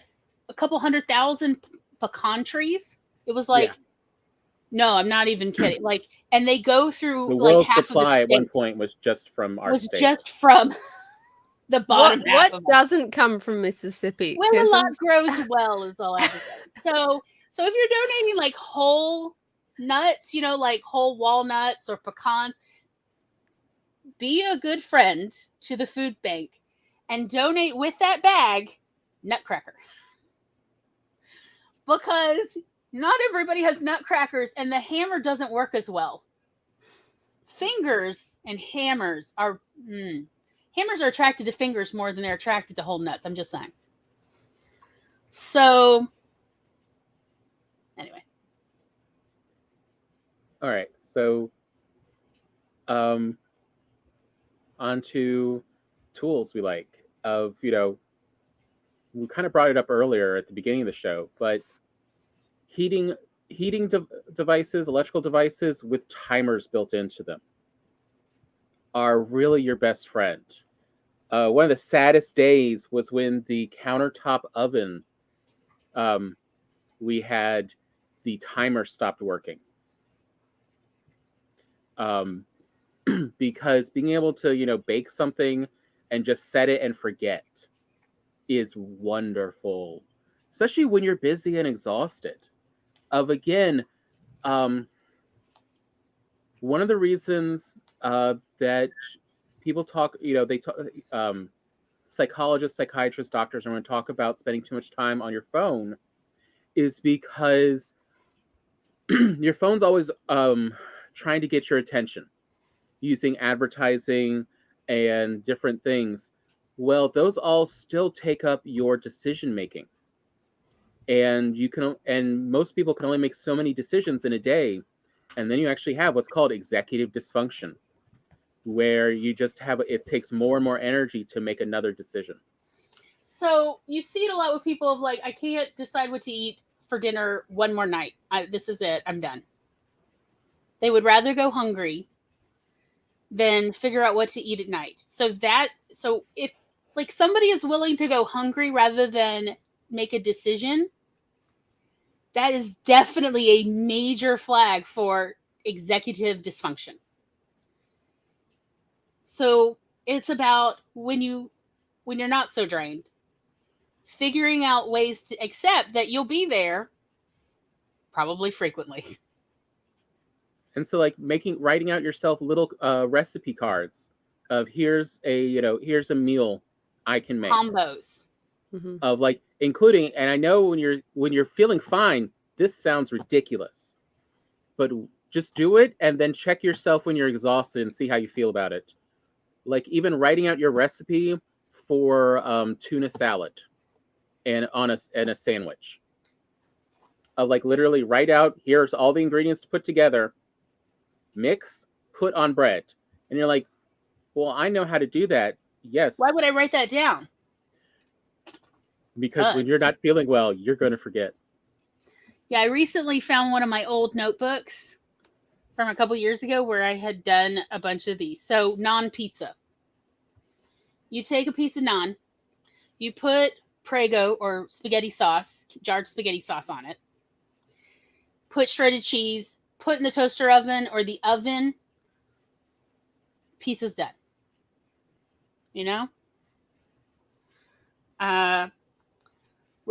Frozen ravioli and spaghetti sauce.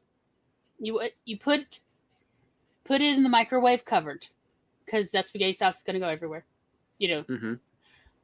Guess what? Especially like we're talking like cheese ravioli or there's a protein in that ravioli. We're done. It's a meal. You're done. You don't have to make any more choices. I promise. And here's something, even a fun trick. If you have an electric pressure cooker, it's even simpler. You put it in there, set the timer, forget about it. It'll keep it warm till you want it. And you're like, but then I have to clean up the pressure cooker. That's, so much effort. Aha. After you empty out the pressure cooker, rinse it out, put some water in, set the pressure cooker for the minimum amount of time. You just steam cleaned it, and now you just pour out the hot water that, it just boiled up to pressure cooker temps. And you can rinse it out. It's clean. You don't have to do any scrubbing. It's fine. It's one less thing to think about. That's the other part I like about electric pressure cooker is I can then just put some water in to an empty one after I've cooked with it, and it'll now, steam clean it and boil water in there and loosen everything. And it's real quick, just rinse, wipe and rinse. And it's now clean for my next use. Mm-hmm. What's the minimum amount of effort I can put in? Frozen meatballs covered in spaghetti sauce in a bowl, a slice of provolone on top, and microwave it, covered. Or Alfredo sauce? Yeah, or jarred Alfredo sauce. Cover it and microwave it for like a minute or two on high. And then you could put aside a garlic bread, or honestly, you could take a bun. Meatball sandwich. You're done. Look, and there's a fruit involved. There's tomato, okay? This is a healthy meal. Accept the healthy meal. Mm-hmm. You're still getting your fruits and vegetables in, but you don't have to worry about totally can't make choices anymore. Well, that's why I like my salads, is because you throw in whatever and then no cooking, just the one plate, whatever vegetables you want to put in or have at the time. And then I use a tin of tuna and some cottage cheese, and then that adds the protein, and then put, vinegar on it, and good to go. It's easy. And also, if you've got some, some little disposable quart-sized Ziploc bags, you can just, at the beginning of the week, cut up the vegetables you like in your salad. Yeah. And it really is just tossed together, put, what you like, and boom. Yeah, and we really also healthy. We use because we like with our salad sometimes like black olives. Oh my god, yes. Or artichokes, canned artichokes. Artichoke hearts, hearts of palm. You open up the can, drain as appropriate, put them in the baggies, and then you just pull the salad baggies out to make what salad you feel like. Maybe you want artichoke hearts today on that, but then 2-3 days later when you have another salad, maybe you're like, I don't feel like artichoke hearts right now. It's like you have a little salad bar of baggies. Put it back in, because you did your slicing, your cutting at the start of the week or at the end of the previous week, and now it's just assemble your salad. Even if you're just doing a little side salad, it's done. So you can still get those fruits and vegetables in without, I can't make one more choice. I can't wash one more dish. I can't function. It's like you don't have to worry about that. So, but you can still eat healthier. And you can eat in a way that you'll feel better. Because, let's be honest, science has proven people feel better the more fruits and vegetables they consume on a weekly basis. And I want everybody to feel good, because, we are all living in a dystopia. So we cannot depend on the outside world to help us feel good. Yeah. That's also a good thing, like stir fry or one pot kind of meals. You just throw the things in there and cook them, and then done. And then anything it's just that you one can pot. casserole, you can also just do as an Instant Pot. Anything you can slow cooker. Yes. As well. That's what I like about them, is it's easy to convert over between them. Yeah.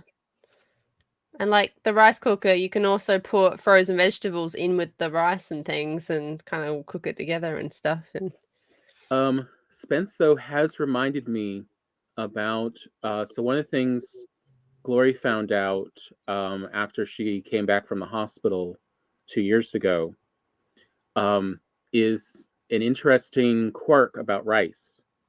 Is if you are diabetic or pre-diabetic, and so you have some blood sugar, glucose control issues. Yeah. Fresh rice has a high glycemic index and will tend to spike blood sugar. Reheated rice that has cooled down once after it's been cooked does not cause near the same kind of glycemic index numbers and sugar spike.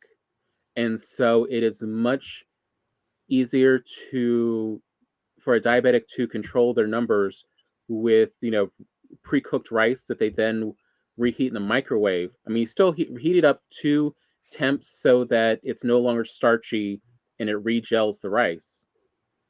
But for whatever that reason, only takes a literal minute or two on high in the microwave. But for whatever reason, after it's been cooked and cooled, it is much easier and your blood sugar doesn't spike.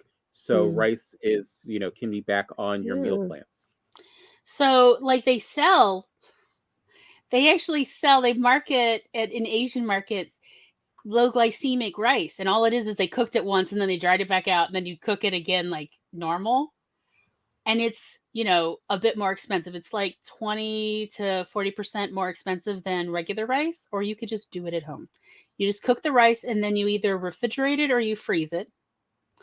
And then when you actually want the rice, you just microwave it for a minute or two on high. If it's refrigerated, you usually only need 1 minute on high. You can put, if you're concerned about it being too dry, you can put one ice cube in the middle, and that will offer the moisture to make sure it doesn't have little dried parts. And if there's still an ice cube in the middle when it's done, you just throw the ice cube away in the sink. If it's frozen, it takes 2 minutes on high, covered, for the rice to be hot and fresh and delicious. But again, you're not going to get that glycemic spike. So if you're concerned about your blood sugar, or even if you're training, like, athletic training, so you don't want that blood sugar spike, if you just start thinking about essentially making your rice ahead of time and then really consuming reheated rice, you don't have to worry about that glycemic spike. Although CB does kind of remind me real quick about fried rice syndrome, and that has more to do with leaving your rice out at on room the counter for a long period of time. Yeah, like more, at least a couple hours or overnight. It's where you're running into the danger of fried rice syndrome. Versus I'm talking about, like, you cook the rice, let it cool a bit, especially covered to, closer to room temp, at least, maybe at least, 90 or below, something closer to, body temp, and then put it into the fridge and keep it at fridge temps. And then heat it. But yeah, you don't want to leave it out for a long time. When we cook rice, we let it cool for like 30 to 60 minutes at room temp before we refrigerate it or freeze it. Because you don't want to put something piping hot in the refrigerator or freezer. It'll warm up the fridge too much. But like leaving it on the counter overnight, we do not recommend. That can be dangerous. But you're storing it. We're recommending you store rice in the refrigerator or freezer and then reheat it. You can also just steam it. You can re-steam your rice, especially if you're using like a pressure cooker. Or even your rice cookers do actually have, reheat rice settings. And that goes back to also with the healthy fermented foods, and that is yogurt is probably the easiest meal you could have. You literally just take it out and slop it into a cup, and it's so filling. So yogurt, if you want a really lazy meal, is what's it, Greek Gods yogurt brand, I think, is around here. For whatever reason, it tastes so much like their honey and vanilla one tastes just like a fruit dip. And just putting that with some, frozen fruit that you've now, warmed a little bit back up to room temp. I mean, there's a little parfait right there. It's delicious. So easy. Yeah, it's so good for you. Breakfast. Same with like oats or whatever too, or a muesli or something. Can you just pop milk in? I like putting mine in the microwave just to make it like soak up the milk and stuff and things like that. And so good. And it's sometimes I like to put a little granola on top of the yogurt for texture. It's nice. Yeah, always be thinking like, how can I make this something really simple? Because while you may have the energy right now to do something a bit more complex, think of your future self when you may be more tired than you realize. That's why I always have yogurt in the fridge. Mm-hmm. We've always got salad stuff. Yes. Yeah, it's stuff that you don't even have to cook. You don't have to heat. You don't have to cool. It's just ready to go. Oh yeah. But also I love, I love toast, but also just toaster ovens are another great tool that people don't consider as a baking tool. A lot of the newer ones, the quote unquote 6-slice toasters, are big enough to put, a 9x9 pan in that you can make brownies in, among other things. But you can bake with them. And not only is it more energy efficient, but you don't worry about heating up your kitchen. It's not a large device that you have to bring up to temp. Toaster ovens, rise to temp in under a minute. And they've got, again, a timer function. But I will say from my experiences with lower cost toaster ovens, I usually add about 10% more time when I'm using them to bake than the traditional oven.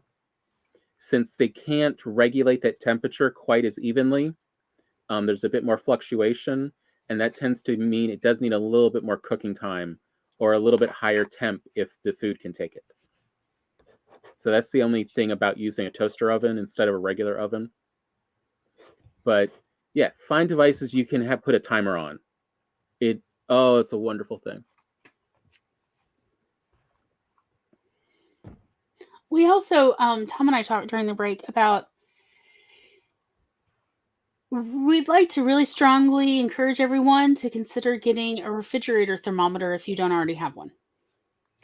Because it's found that the majority of people do not keep their refrigerator at 40 to 44 degrees Fahrenheit. I'm sorry, Amy, I don't know off the top of my head what is that in. Well, I know what it's supposed to be I think in it's like Celsius. 6 to 8. Was it 6 to 10 C?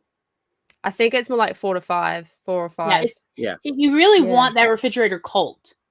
Yeah. Like really cold, 40 degrees Fahrenheit is better than 44.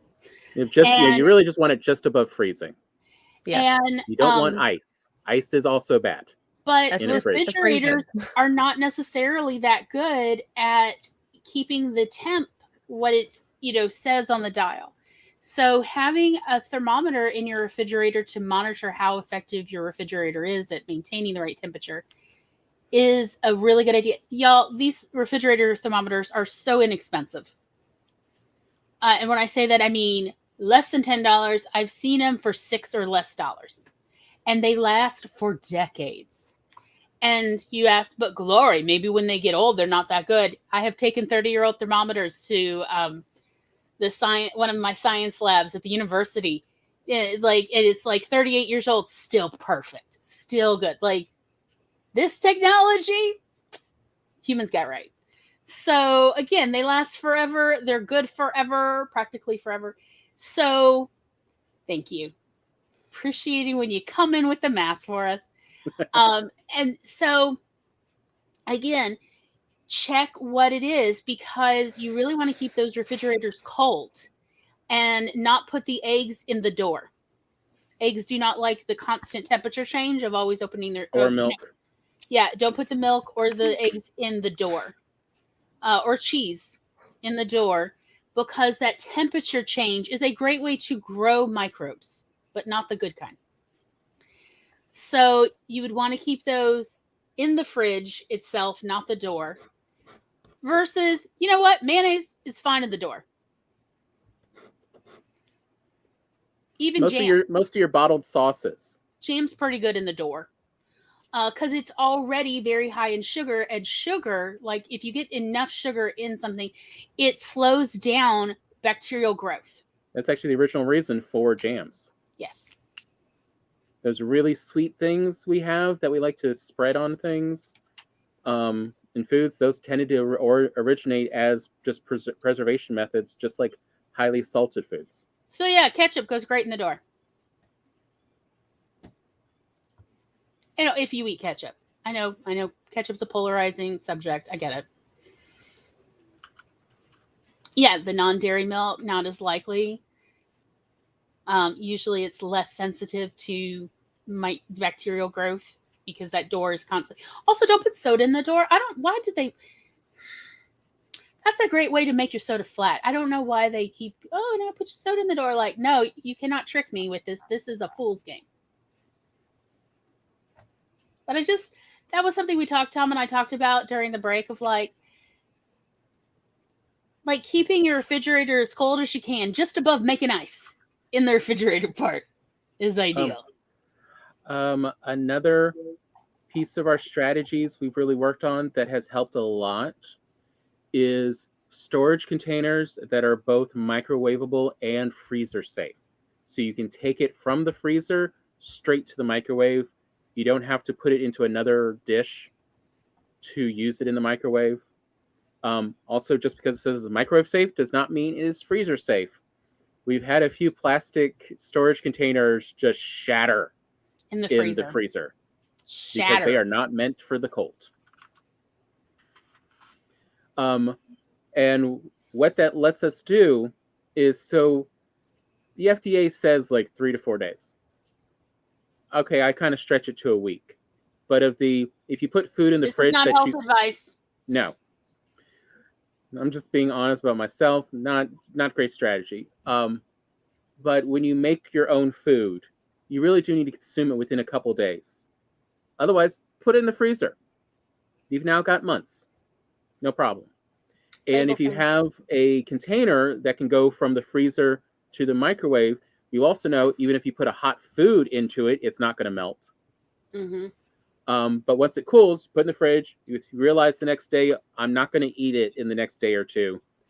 Put it in the freezer. Done. Next time you're ready to eat it, just take it out of the freezer, put it in the microwave. No effort, no extra dishes, no extra decision making. Because one of the things Glory found out several years ago, that it was the FDA, I can't remember who did the studies, but they found a much higher incidence of people with intestinal disease problems. It was an inflammation of what is it? Caverns or something? The crypts. The crypts. The crypts well, development in of crypts. The small intestine this was a USDA study of people who had inflamed crypts in their small intestine. They then surveyed their refrigerators and found that the USDA recommends that, you don't have leftovers that are older than 3 to 7 days in your refrigerator. The average age of food, leftovers in refrigerators of people with inflamed crypts or cavern or whatever it is, it was more than 20 days on average, and they were still consuming these foods. So they theorized that it had to do with eating food that was leftovers that were way past when anyone should be eating it. And it still smelled fine. It looked fine, but it had grown a lot of things that were not fine. And so it's just one of those of if you're already dealing with a less than happy gut, really start putting dates on all of your food when you put it in the fridge. So, because don't rely on your memory of when did you make that. Was it this Tuesday or last Tuesday? You know what? Let there be a definitive answer because you wrote the date on it. And if it's more than 2 days in that fridge, go ahead and just throw it in the freezer if you don't want to throw it out. If you liked it, you enjoy it. Spence's delicious, amazing chicken soup. If you've still got more left in the refrigerator after 2 days, freeze that baby. And then reheat it later when you're in the mood again. That there was, and again, I want to point out, it was a correlation. It was not a causation study. Correlation means, hey, there's these two facts. We don't know if they're related. Versus causation says, yes, one thing led directly to the other. We know this. So it was a correlation. And while they could not be sure at that point, and they ran out of funding money to essentially do further studies on this. But since there was such a strong correlation, it's a be careful about eating overly old leftovers in your fridge, let alone out of habit. And that includes deli foods. So that was just something that the USDA found out, like, this was like, I don't know, 20 years ago now. But I just wanted to point that out. It's kind of concerning of like, also, I didn't know people still had deli foods that were over a month old that they were still eating in fridges. Please don't. Ugh. Please. Like, I'm not trying to shame you, okay? I know that potato salad was good and then you rediscovered it in the back of the fridge. Look, I've had those temptations. The devil has been with me too. But love your gut and say, I'll just go back to the grocery store and buy some more. It'll be okay.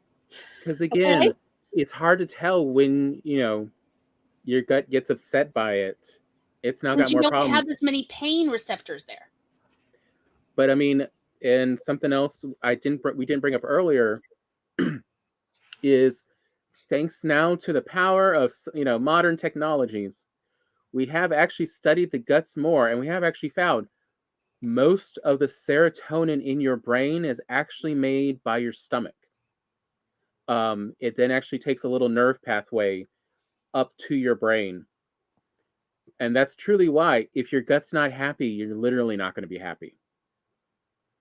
Because it's what produces several neurochemicals that your brain needs. And so, yeah, you need it to be as healthy and working as well as possible.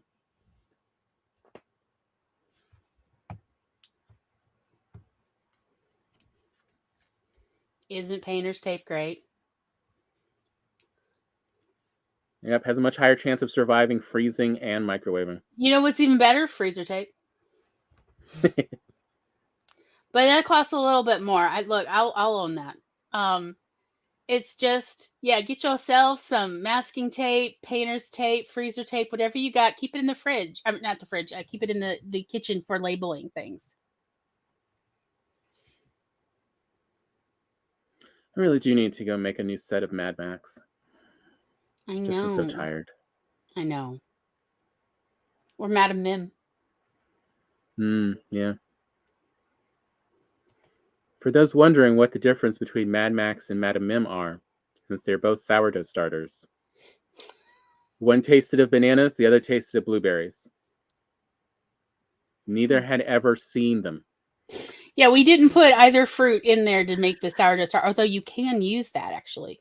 One way of starting sourdough is to use unwashed grapes. But yeah, they do. They sometimes take on their own little fruity taste. Yeah, I miss Madam Mim. As in Mad Madam Mim. From the Disney cartoon. She tasted of blueberries. It was so good. So when we made pancakes, they tasted like blueberry pancakes. Oh my gosh. Yeah, so it was good.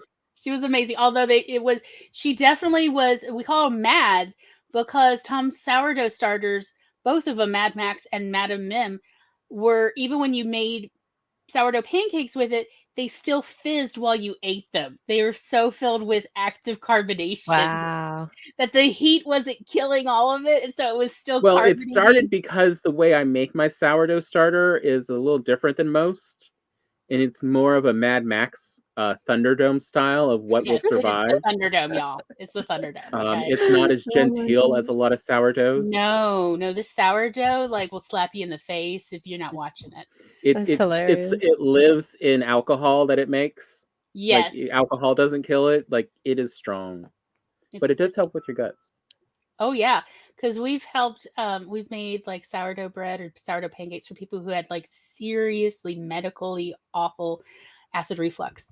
And it's helped curb their painful acid reflux, their painful GERD. That's how strong Mad Max and Madam Mim are. So. Wow. Also, it's fun to have food fizzing in your mouth as you eat it. It's like fizzy bread. It's fun. Gilbert. Yes. Very nice. Spen said, I just read the chapter in the Once and Future King, the book, and holy cow, that chapter is actually next level. Madam Mim is not someone you genuinely want. Yeah, exactly. Yeah. As I said, she could survive anything it tasted like blueberries. Y'all, there's no downside here unless she gets out of the jar.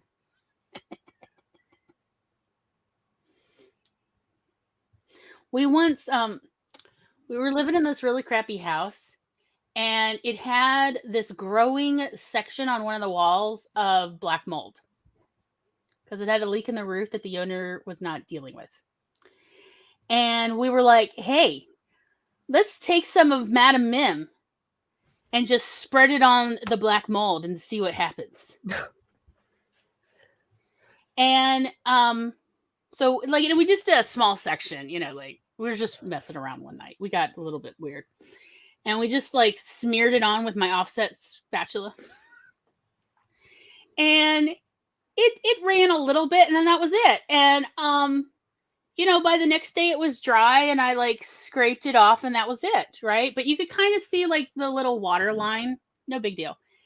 Y'all, the black mold in that section disappeared. And then the black mold on the wall kept spreading, but it would spread around the section of Madam Mim where it had been on the wall.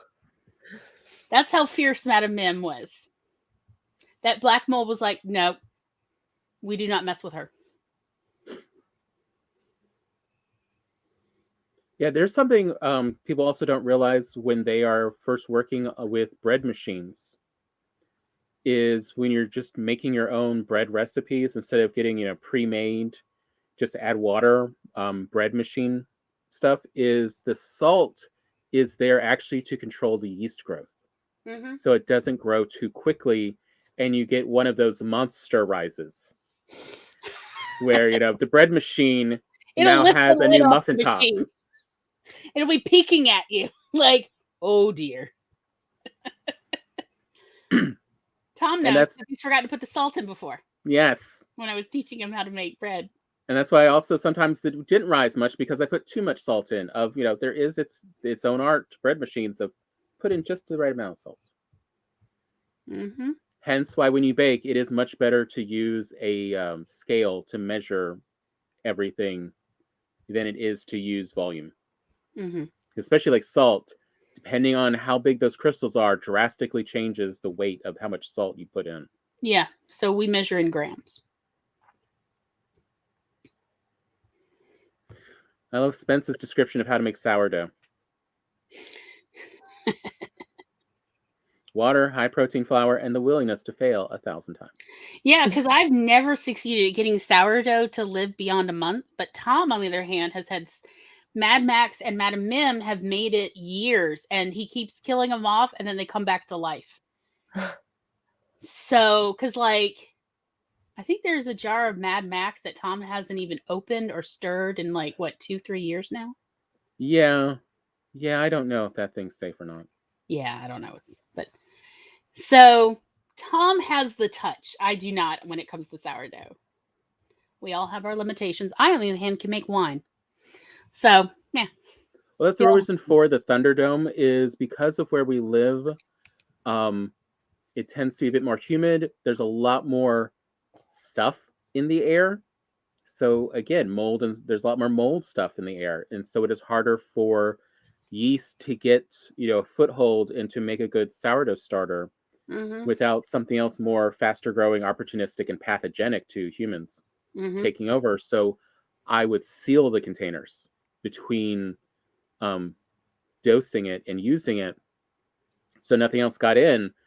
But it did mean that it didn't have as much oxygen, so it had a harder time growing. But once it got out, it grew very fast. Yes, it was Thunderdome, y'all. Of like, only the toughest shall survive. So great. Oh, yeah. So it's the best names. We have reasons. Yes. But again, I'm like, yeah, it's possible even for people who are exhausted to still feed themselves. And feed themselves well. It's just, but I mean, it does require that when you do have a bit of energy, you think about what it is you like, what you enjoy.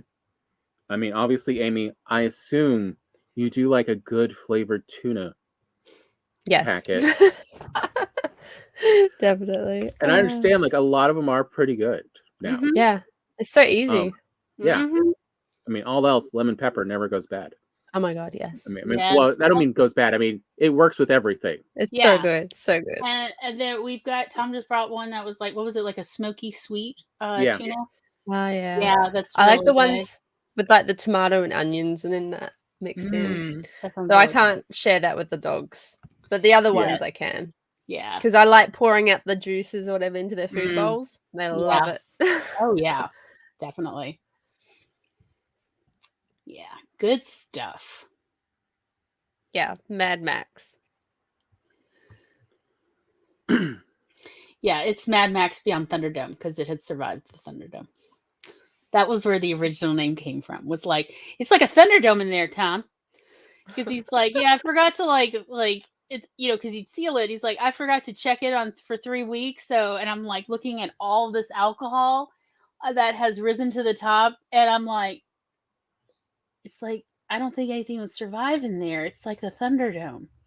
And then Tom goes in and, like, you know how you remove some and you add more, you know, flour and water and stuff. And we're like, well, let's just try and make pancakes with it. And it was not dead. It was fizzy pancakes. And I was like, it is Thunderdome. And that is how the sourdough became named Mad Max. That's so great. And it tasted like bananas. It tastes I like don't know banana how it pancake. tasted like bananas though. It's so It strange. was That was the actually kind of, more common. That's the most common fruity Ah. flavor that a yeast will naturally make. yeah, it's banana. That is the most common. That we did some research. It's on a specific chemical. I can't remember offhand. Mhm. But whenever you talk about artificial banana smell, it's this. It is this, Oh, and it's wow. derived from yeast. Yeah, I haven't had much to do with sourdough, but maybe I should one day. It's fun, especially if you do like making bread or just making flour, stuff with flour to rise. And you get to name them. Mhm. It's a little pet. I got new little pets actually. I got given some crickets. One's named Larry, one's named Fred, and one's named Matilda. They're so Are cute. they lucky crickets? No, they're normal crickets that my mum got to feed like one of the animals, but then gave to me as pets. So, I mean, guess they're lucky because they don't get to be eaten and they possibly get to breed. So, I mean, that's pretty lucky. So, Say for a cricket life, that is. Yeah, like you can like get them little bamboo structures and things if you wanted to. Oh, let me make you I big. think you can see them. I don't know if you can see them in the top. There we the go. reflection. There you go. There, yeah, I can see it now. That's one of them. I say But one yeah, of them's on they're top so of the cute. home, I think. Yeah. But they're they like my spinach. I put a little bit of spinach in there yesterday and it's like gone.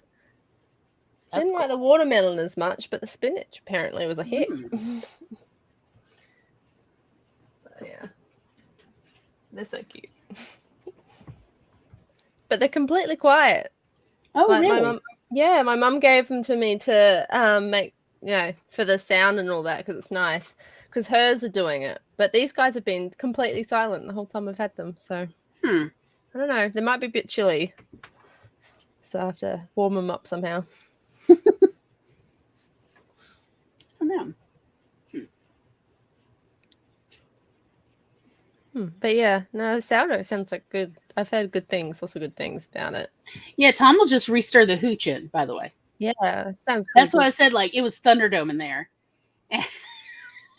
And yeah, one time it did look like something black was growing in there. Yeah, I was like, oh, it's like now it's fuzzy.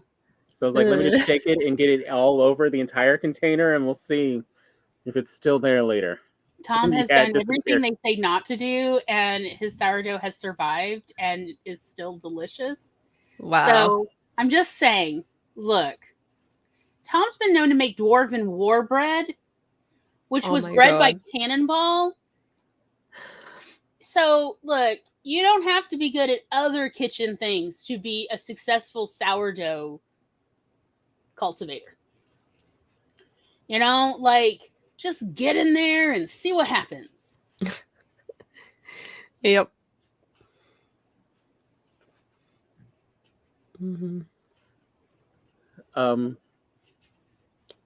Also, just Another thing that really does help is getting those little kitchen timers. Like you can get at the dollar store or Amazon or somewhere. And get a couple. Yeah. Yeah. So you can put them in your pocket and walk around and go, why is this now going off? Oh, that's right. I should go back to the kitchen. I almost burnt my cream yesterday because I started chatting with someone and got distracted and forgot about it. Oh, and no. I was like, oh shit. And then like run to the kitchen. It was fine, but it was a panic moment. Yeah, I bet. I'd be worried too. I would have been like, but again, all of this we were doing today was in part to really get to neurodivergents do have a much higher tendency towards picky eating, and some to a bunch that does have to do with there's also a higher amount of digestive problems. And so it's, that's why gut health is very important, something we wanted to address on the channel. Yeah, because the picky eating can start with sensory stuff, like like you were talking about, Amy, with like particular fruits, and other kind of sensory things. Our mother, she put dried sweetened coconut in anything, and I would have meltdowns. Oh, I don't like it either. Oh, like she put it in creamy stuff, and it's like you've just ruined a wonderful creamy thing. Now it's just like in my mouth, and I can't and I would just have meltdowns. I just was like, why have you betrayed me this way, mother? And she thinks I'm trying to be funny, and I'm very serious. Sure, I'm 10, and I'm like, why have you betrayed me, mother? But nevertheless, I meant it. Of like, it's too much sensory. But it's so picky eating can start with sensory issues, understandable sensory issues, because who wants to try to eat while like somebody is dragging nails across a chalkboard equivalent? Nobody. Yeah. That's it. But because of the being picky about what you're eating for sensory issues, that essentially makes the diversity of one's diet lopsided. And then that can lead to gut issues. And so it's like, so how can we make this work where people are not experiencing, long periods of gut problems, and therefore are unhappy, they're having more difficulty coping, which, like, the world was already tough enough, and now with, the great panini, it's just intolerable. So, like, it's like, how can we take one thing off your plate? Anybody's plate. One of them can be stomach issues. And so that was like our original idea for this episode. And in fact, that's actually the main premise of this entire season of December and January, is how can we take or help you take some of like issues off of your plate that you're dealing with right now in your life. Because I ain't got no magic wand, y'all. I'm so sorry. I'm disappointed too. But since I don't have a magic wand, how is there any way we can help? Well, I mean, easy and good for you meals are probably the closest you can get to that. Right? Yeah. Exactly. Because like one of the things we did notice with our friends is that when we got their stomachs happier. With Mad Max and Madam Mim bread. With Mad Max and Madam Mim, also just, or a few of them like stayed with us off and on a lot for like a year. And so they also tried some of our food. But we noticed that once their stomachs were happier, it was easier for them to try new foods. Like I definitely get where some people just too much flavors is again also overwhelming. But I've also noticed that if their stomachs are happier, like they're truly at peace, the amount of spice that causes that overwhelmingness tends to be a much higher level than the just anything with a bunch of flavor is too much. So it's just if we get the guts feeling a little bit better, then it's easier to have more variety, and just in general, your nutrition and then your health improves. So one of the things I noticed for me personally, speaking about my experience in the last 20 years of my life, is whenever I'm highly stressed, I get terrible acid reflux. Like to the point I cannot sleep lying down. I have to sleep in a reclining position. Like, despite taking medication. Like, I'm taking prescription medication for GERD and I still can't sleep laying down. And it would happen, for instance, every single semester, the last 3 weeks of every semester, between finals and all the essays and reports I'd have to turn in. I would get so stressed, I would have terrible acid reflux. So one of the things that I noticed during these time periods, so it wasn't just when I was in college, it was also like later, anytime I would go through a period of high stress, that I would have all this acid reflux. One of the things I noticed about me is that my sensitivity to hot spice, so I'm talking like cayenne, gochujang, all of those, anything pepper, spicy. So normally I actually have a pretty high tolerance for hot spices. And I love them. I love spicy stuff. Oh yeah, let my lips be a little numb. I enjoy it. But when I would go through these periods of high stress and have a lot of acid reflux, my tolerance for spice, like nothing. Like I could, yes, even regular pepperoncinis and things would be miserable. There was like just regular spaghetti sauce I couldn't tolerate. I would have to have tomato sauce on my spaghetti noodles.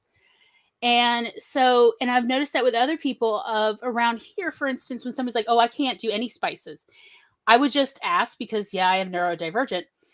So you have acid reflux? And they're like, yeah, how did you know? I was like, because one of the things I've noticed is people who are dealing with upset stomachs in general seem to have a much lower tolerance, like where bell peppers are too spicy for them, lower tolerance for spice. And so I theorized that it's not just heat spice, like Scoville units spice. It's like any kind of flavoring that when they have an upset stomach, their mouth tells them, no, do not put too much sensory, too much flavor in here. It's too much for us. The stomach's saying that through the mouth. Because what you taste in your mouth is directly, communicated to your stomach. Your stomach approves beyond that first bite. That second bite is approved by your stomach. So if your stomach is like, we didn't like that first bite, don't take another, you're like, nope, no, thank you, push the plate away. So that's part of where we're coming from now. It's like, okay, if you're having issues with spices, if you don't want a lot of flavor, perhaps you are dealing with a very upset, very long-term upset stomach or gut. So how can we address that to help you essentially stabilize? Also, if you are having reflux, natural peppermint oil is really, really good for settling and stopping all of that acid reflux. Yeah, it's delicious. It's good. So good. Also, it tastes great. Let's be honest. I mean, like, unless you. Yeah. Though that does remind me, when I was feeling really bad last week dealing with kidney stone, I found out I love wintergreen.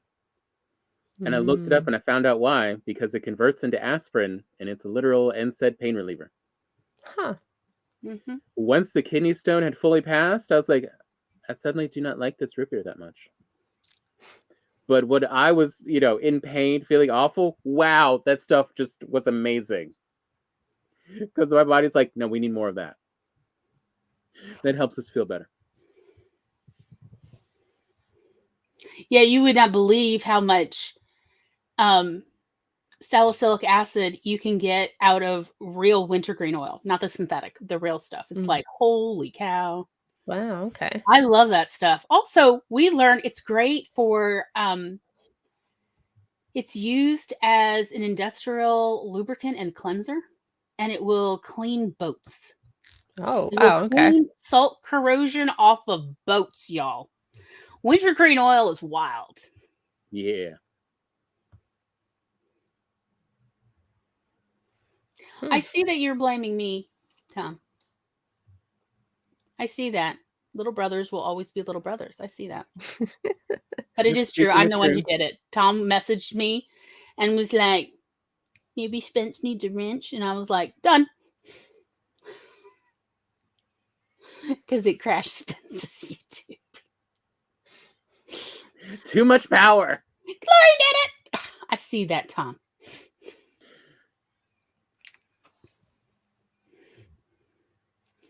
Also, another thing I did want to bring up real quick at the end was speaking of devices we really like. Something else that goes a long way towards that is go look up on YouTube America's Test Kitchen. They do reviews of different products, and they'll do a set of them and tell you know why they think this product is best and what the tests they did on it for why they think it's best. But even if you don't have access to those devices, like Amy might not have access to several of those because they're more likely American brands. Yeah. They still go over how they review it. So what are the things to look for in a good quality of that product? Like what makes for a good saute pan? What makes for a great stick blender? I always remember that one because that was the first time I really saw they figured out something that the manufacturers never discuss or realize, which is, so in a stick blender, there's little holes above, at the top, above where the little metal blender tool is. And they actually found that the space between the metal tool that's actually spinning in a stick blender and those holes up top determine whether it's an effective stick blender or just it doesn't do nothing. And so you can then just look at any product on Amazon or whatever store you go to and quickly assess whether that's even something that might be functional. So that's part handy. Why I recommend just go look up America's Test Kitchen and whatever you're looking for, whether it's an air fryer, a pan, a tool, like, even a ladle or a thing to flip burgers. Spatula. And just see what they have figured out is desirable and problematic in that device. Because, let someone else do the hard thinking work. Live in the future. Yes. But yeah, that was the other thing I did want to bring up of the, go use the tools that are available to just, find out what makes it good for that product. Because there's nothing worse than hearing, like I always, you need a better toaster oven. All right, what actually makes a good toaster oven? Because it's like I wasted all this money and now I don't have enough spoons to go return it and go get a new one. Now I just have to suffer with this. And that is just the worst. The worst. So, let someone else, like America's Test Kitchen, who's already evaluated that appliance or whatever that is, they've already figured out how, like, what do you need most in that kind of device? Let them, like, go over this so that now you have the knowledge to then be better at assessment. Because, like, they have a lot of opinions and some interesting ones about pans, especially, like, they're like, we know you want to, but don't get a, reduced weight cast iron pan. It loses everything good about it, and it's now just more effort. Here's what you could get instead that'll work as well or better than this for these functions. Of like, they have opinions. Don't listen to the marketing. Marketing's only job is to sell you something. That sounds really useful. Yeah, because we live in the 21st century. There's actually a lot of wonderful devices that can make people's lives easier, whether they need, mobility aids or not, whether they need all that help or not. It's still less trouble to have devices that are actually helpful. Like, I used to think any old can opener was fine. Nope. And then I got a good one. You got an OXO side and it was like, oh, there is a better design out here. And it's like, y'all, I've had the same one for, 12, 15, 18 years now. Yeah, I'd say at least 15. The reason why I got this was Mom used to work for this company, and all they did was so they were a testing company, and what they did was any company who had a product would hire this company to essentially have senior citizens and disabled people test them. And essentially, it was like product testing of how useful is this? Should we market this, or can there be other design changes made? And Mom worked for this company for a while. And, they would have dozens of folks coming in every week to test various products. And Mom came home one week and was like, let me tell you about OXO. They got this amazing can opener, and like everybody who comes in is raving about this. And I'm like, it's a can opener. What is there to rave about?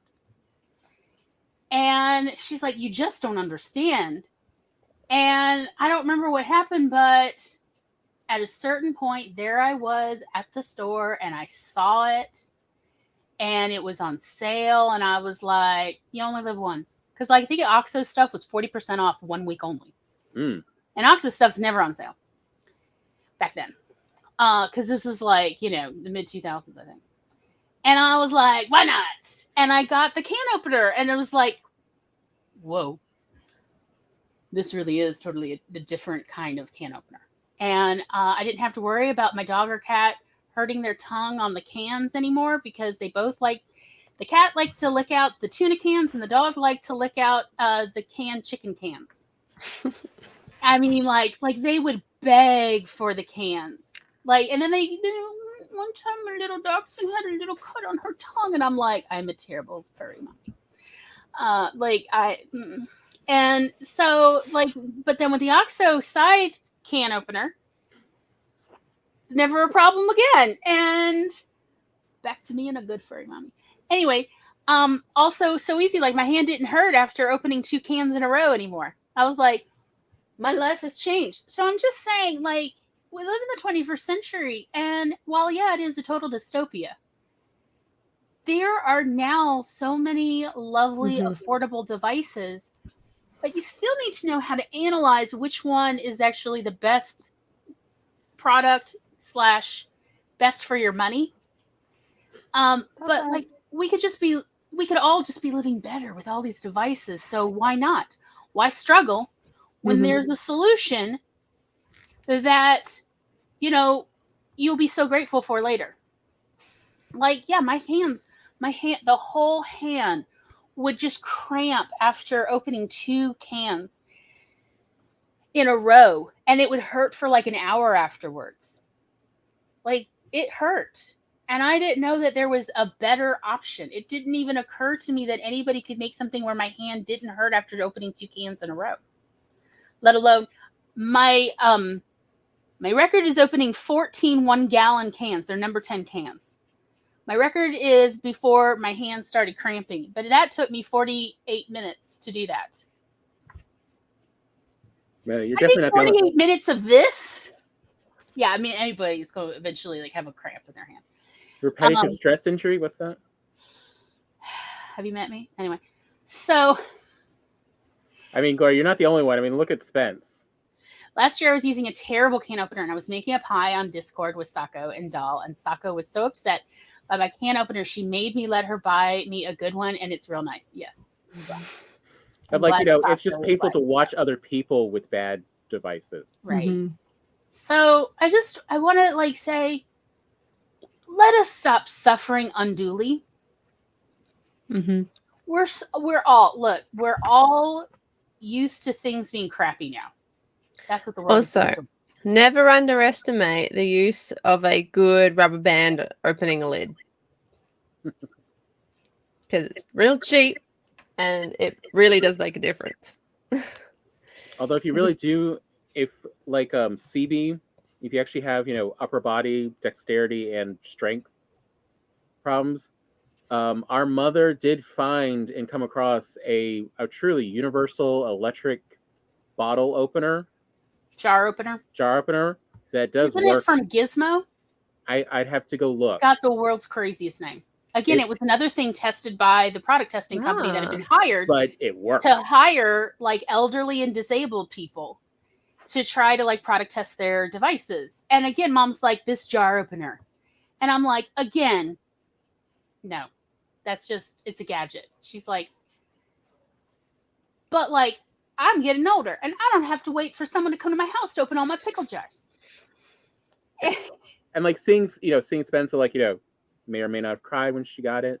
That does kind of remind me of, I forget who I read it from, and I'm sure it wasn't them who originated it, but I did like the point they brought up, which is the reason we use the term disabled, and that it's not actually an offensive term, is that, essentially it's shortened for how the world has disabled someone. It's not that they are non-functional, it's that the world they are in doesn't function for them. But there's a lot of things we now have that do allow them to function. And so finding out what those are. And like, that's why Gloria and I talk so much about that pressure cooker of it changed our lives so much. Yeah. And before that, the countertop oven. Yeah. With a timer, and it was not an air fryer, but it did have a circulator. A convection oven. Again, did change the way we cooked and made our lives so much easier that you sometimes don't even realize that you may feel like you're a normal person, you're not disabled, you don't have a blue sticker, but till you get something that does actually make your life easier and you realize, oh no, the world has been making my life harder than it needs to be. Right. Exactly. Just like, having salads you can always just put together and eat and you're happy with the salad. It's not a it's not a chore to still live.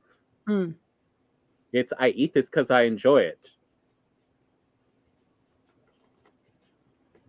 I mean, I don't know what you were thinking, but I really like the turkey breast I made last night. I don't know. The slice you gave me tasted kind of gamey. I'm sorry. Always something. Well, there's another one that I can make the same way, just in a faster process. I'm not sure what it is. Like, we could explore this later. Yeah. Of why, was it just that slice was a little too oxidated? Yeah.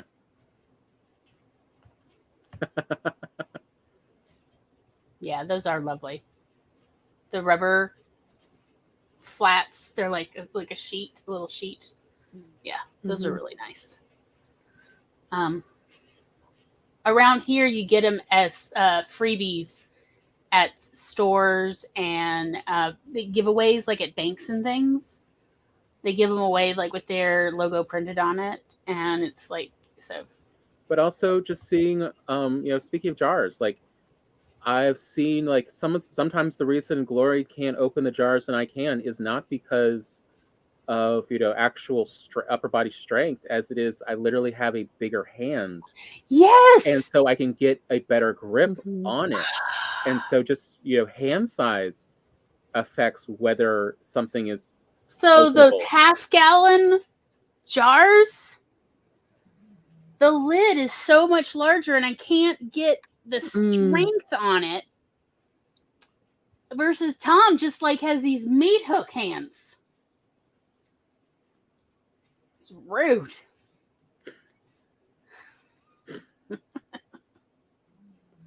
So yes, like I'll But yeah, like, and if also I lived alone, I would probably get that gizmo thing, or I would go over to our stepfather's house and go get Mom's, because I know it's still over there. Yeah, I know exactly where it is. It hasn't moved again because our stepfather has these big old man hands too, so he don't need it. But yeah, I have been able to open most jars because I have a technique that I've been using since I was a kid to open jars. But yeah, and like that's where I pop the seal off of it. It's just you pop it. All these different ways of opening the jar. Like, it's a real issue. One day it is. I want my salsa. Gosh. I've been there. Let me open my salsa jar. Yes, I have been there. That's part of why I actually kind of prefer those plastic ones with those. They have plastic lids that are they have a metal top, but the sides are all plastic. and they're really heavily ridged, so they're easy to grab. But also just they don't have that same vacuum. Okay. All Yeah. our salsa jars are like the same little like glass jars with the metal lids. With the full metal cap. Yeah. Yeah. They're just So those rubber things are band hard. it is. Yeah. It's the only way you can get those open. Yeah, like that's the fun part of just, it's if you find, a good groups of like another one they brought up was Sorted, also goes over devices, to help you do with cooking and other stuff, of finding people who know how to review things so you don't have to, and then you can see what's out there. And you just never know like what'll make your life easier. I mean, it's just like cell phones. Cell phones are either just utilitarian or they can really change your life once you know the apps that function and work for them.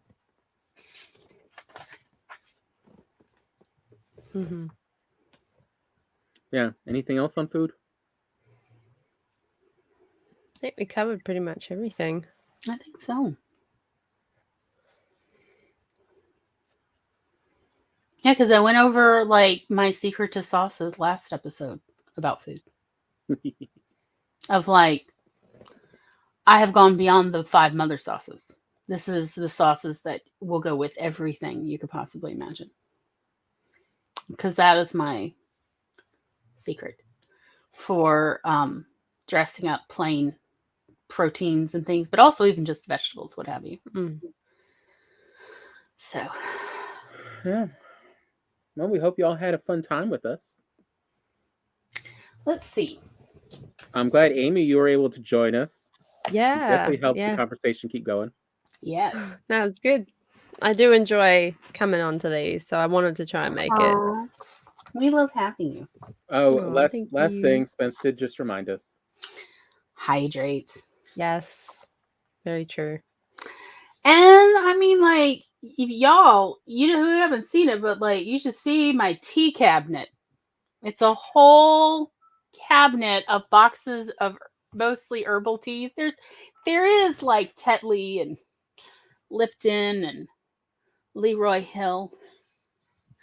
My favorite teas out there, but also like so many herbal teas.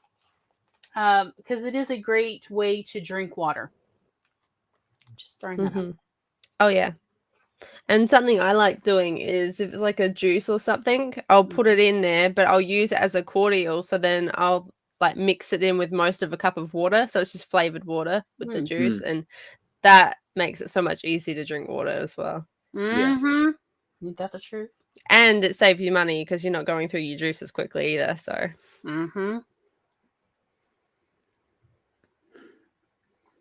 We'll keep you in mind for next time, Spence.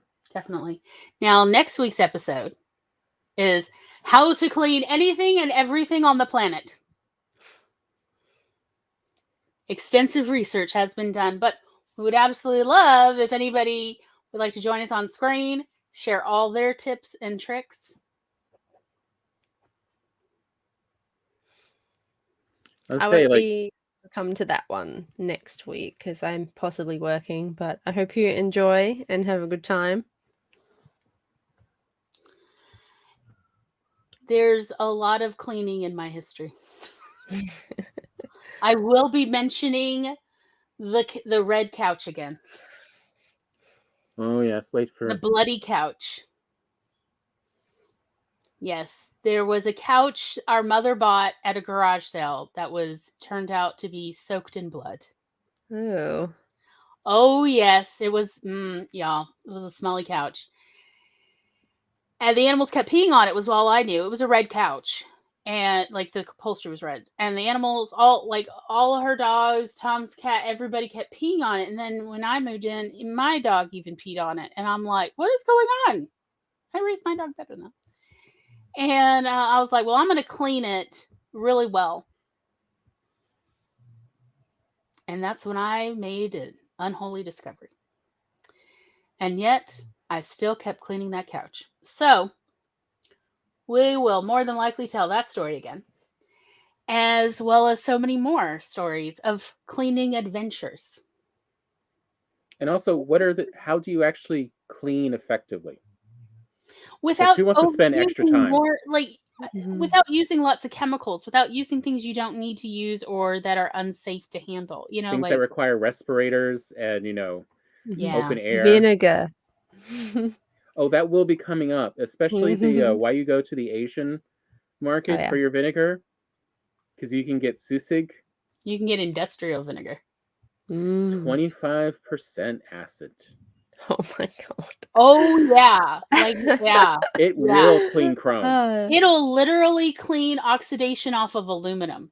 Wow. Is this like book research and how to hide a body, or like what kind of cleaning are we going into?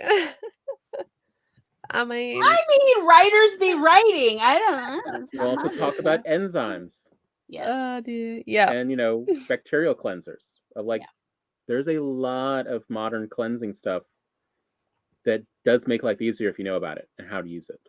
UVC light, how to sterilize. Ozone. Yep. So yeah, we are going to talk about cleaning. How to clean anything and everything. We know people who have invented like cleanup techniques for oil spills out in the Gulf and can share some of their knowledge based on a lot of extensive scientific research on how to clean these sort of things. So, and some of that is translatable to everybody's real life. So I think that's really interesting. So we're going to mention these. As I said, it's literally our decades of knowledge that we have collected on all of these life hacks. It's everything we got, we're putting out there. So everybody has it. And we hope everybody else will share their hacks too. Because I haven't tried using vinegar on everything on the planet. So I definitely want to hear what people have found or whatever, I mean, that baking soda volcano is more than just a cheap show. You can use it for cleaning purposes. So that is what we're going to talk about next week. And then on Wednesday at 9 p.m. Eastern on our Twitch channel, we go over how we set up for Monday's show. So we go through our process, and everybody who tunes in can also be part of it as we figure out titles and figure out descriptions and all this stuff. So we'll be doing that on Twitch, and then on Thursday on Twitch at 3:30 p.m. Eastern time, Coffee Bunny on Cat Leo Writing's Twitch stream. Now, for our Christmas episode of Coffee Bunny, we're going to fire up The Sims 4, and everybody's going to teach me how to use Sims 4. Oh, dear. Because I have no idea what I am doing. You're going to have a fun time. Tom got it for me this summer when the Origin sale. And I have tried playing a couple times and been like, I have no idea what I'm doing, and I'm doing a terrible job. I know that. That's all I know is I've got an instinct for I am messing this up. So, Kat has said there may be PowerPoint presentations that she will show me. I don't know. I like PowerPoint presentations. So hopefully we will learn. Everybody can put in their 2 cents as well if they want. About how to play Sims 4, because I am absolutely clueless. You'll do fine. You have a fun time. I don't know how many of you Sims will still be alive by the end of it, but you have a great time. I can't promise jack. No promises whatsoever. Don't worry. My first times playing The Sims 2 as a kid, there was some casualties involved. So. Oh, yeah. It's a learning curve. Yeah, that is what I've really gotten a vibe for. Of there's a sharp learning curve I'm not cut out for. So just don't have toddlers and you'll be okay. I will keep that in mind. So yeah, that is what we are up to. Oh, and on December 10th, I will be on Michael C.B. Chen's show at, I think it's like at 3 p.m. Eastern on Friday the 10th. I will be there. Oh, I think Michael also wanted me to mention that to you, Tom. If you wanted to join us. Forgot to ask. Anyway, that's later.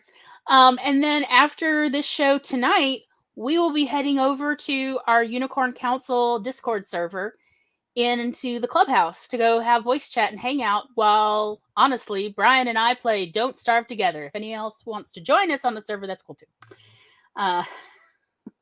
So that's what my week is. Amy, how about yours? You got anything you want to? I think we've covered it. Like, yeah, you don't have to buy expensive stuff to eat well and eat easy. I think don't underestimate the power of the internet.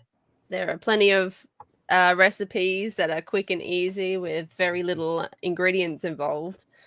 Yeah, I think you can always go and have a search on that, as well as asking other people for advice. And what is do you know your streaming schedule for this week? Yeah, so Thursday, Friday, Saturday. My times are on my Twitch channel. They change depending on what your time zone is. So it's best if you go check it out on the channel because it's much easier for all the maths time zone stuff. But I'll be playing Metro Last Light and Riding Sprints on Thursday, and then Sims and Riding on the Friday, and then Mass Effect, Andromeda, and Riding on the Saturday. Very cool. Cool. Yay. Got to get that riding in if we're going to do some gaming. So we'll do that first, usually. Yeah, we've, Coffee Bunny, we've been doing sprints, like a sprint an hour. Because some of the folks are just doing the World Ember or something. World Ember at something. So also we just like doing the sprints because it gives like essentially potty break time. Yeah, it's good. They're really good. Yeah, like I'm like, yeah, I like these sprints. Yeah, they're nice. It's nice. Yeah. And other people can be riding and you can be doing other bits of things and stuff. So yeah, they're very good. It's really nice. Yeah. Mm-hmm. So yeah, that's what we're up to. All right. Well, without further ado, we shall wave goodbye and see you next time, y'all. Bye-bye.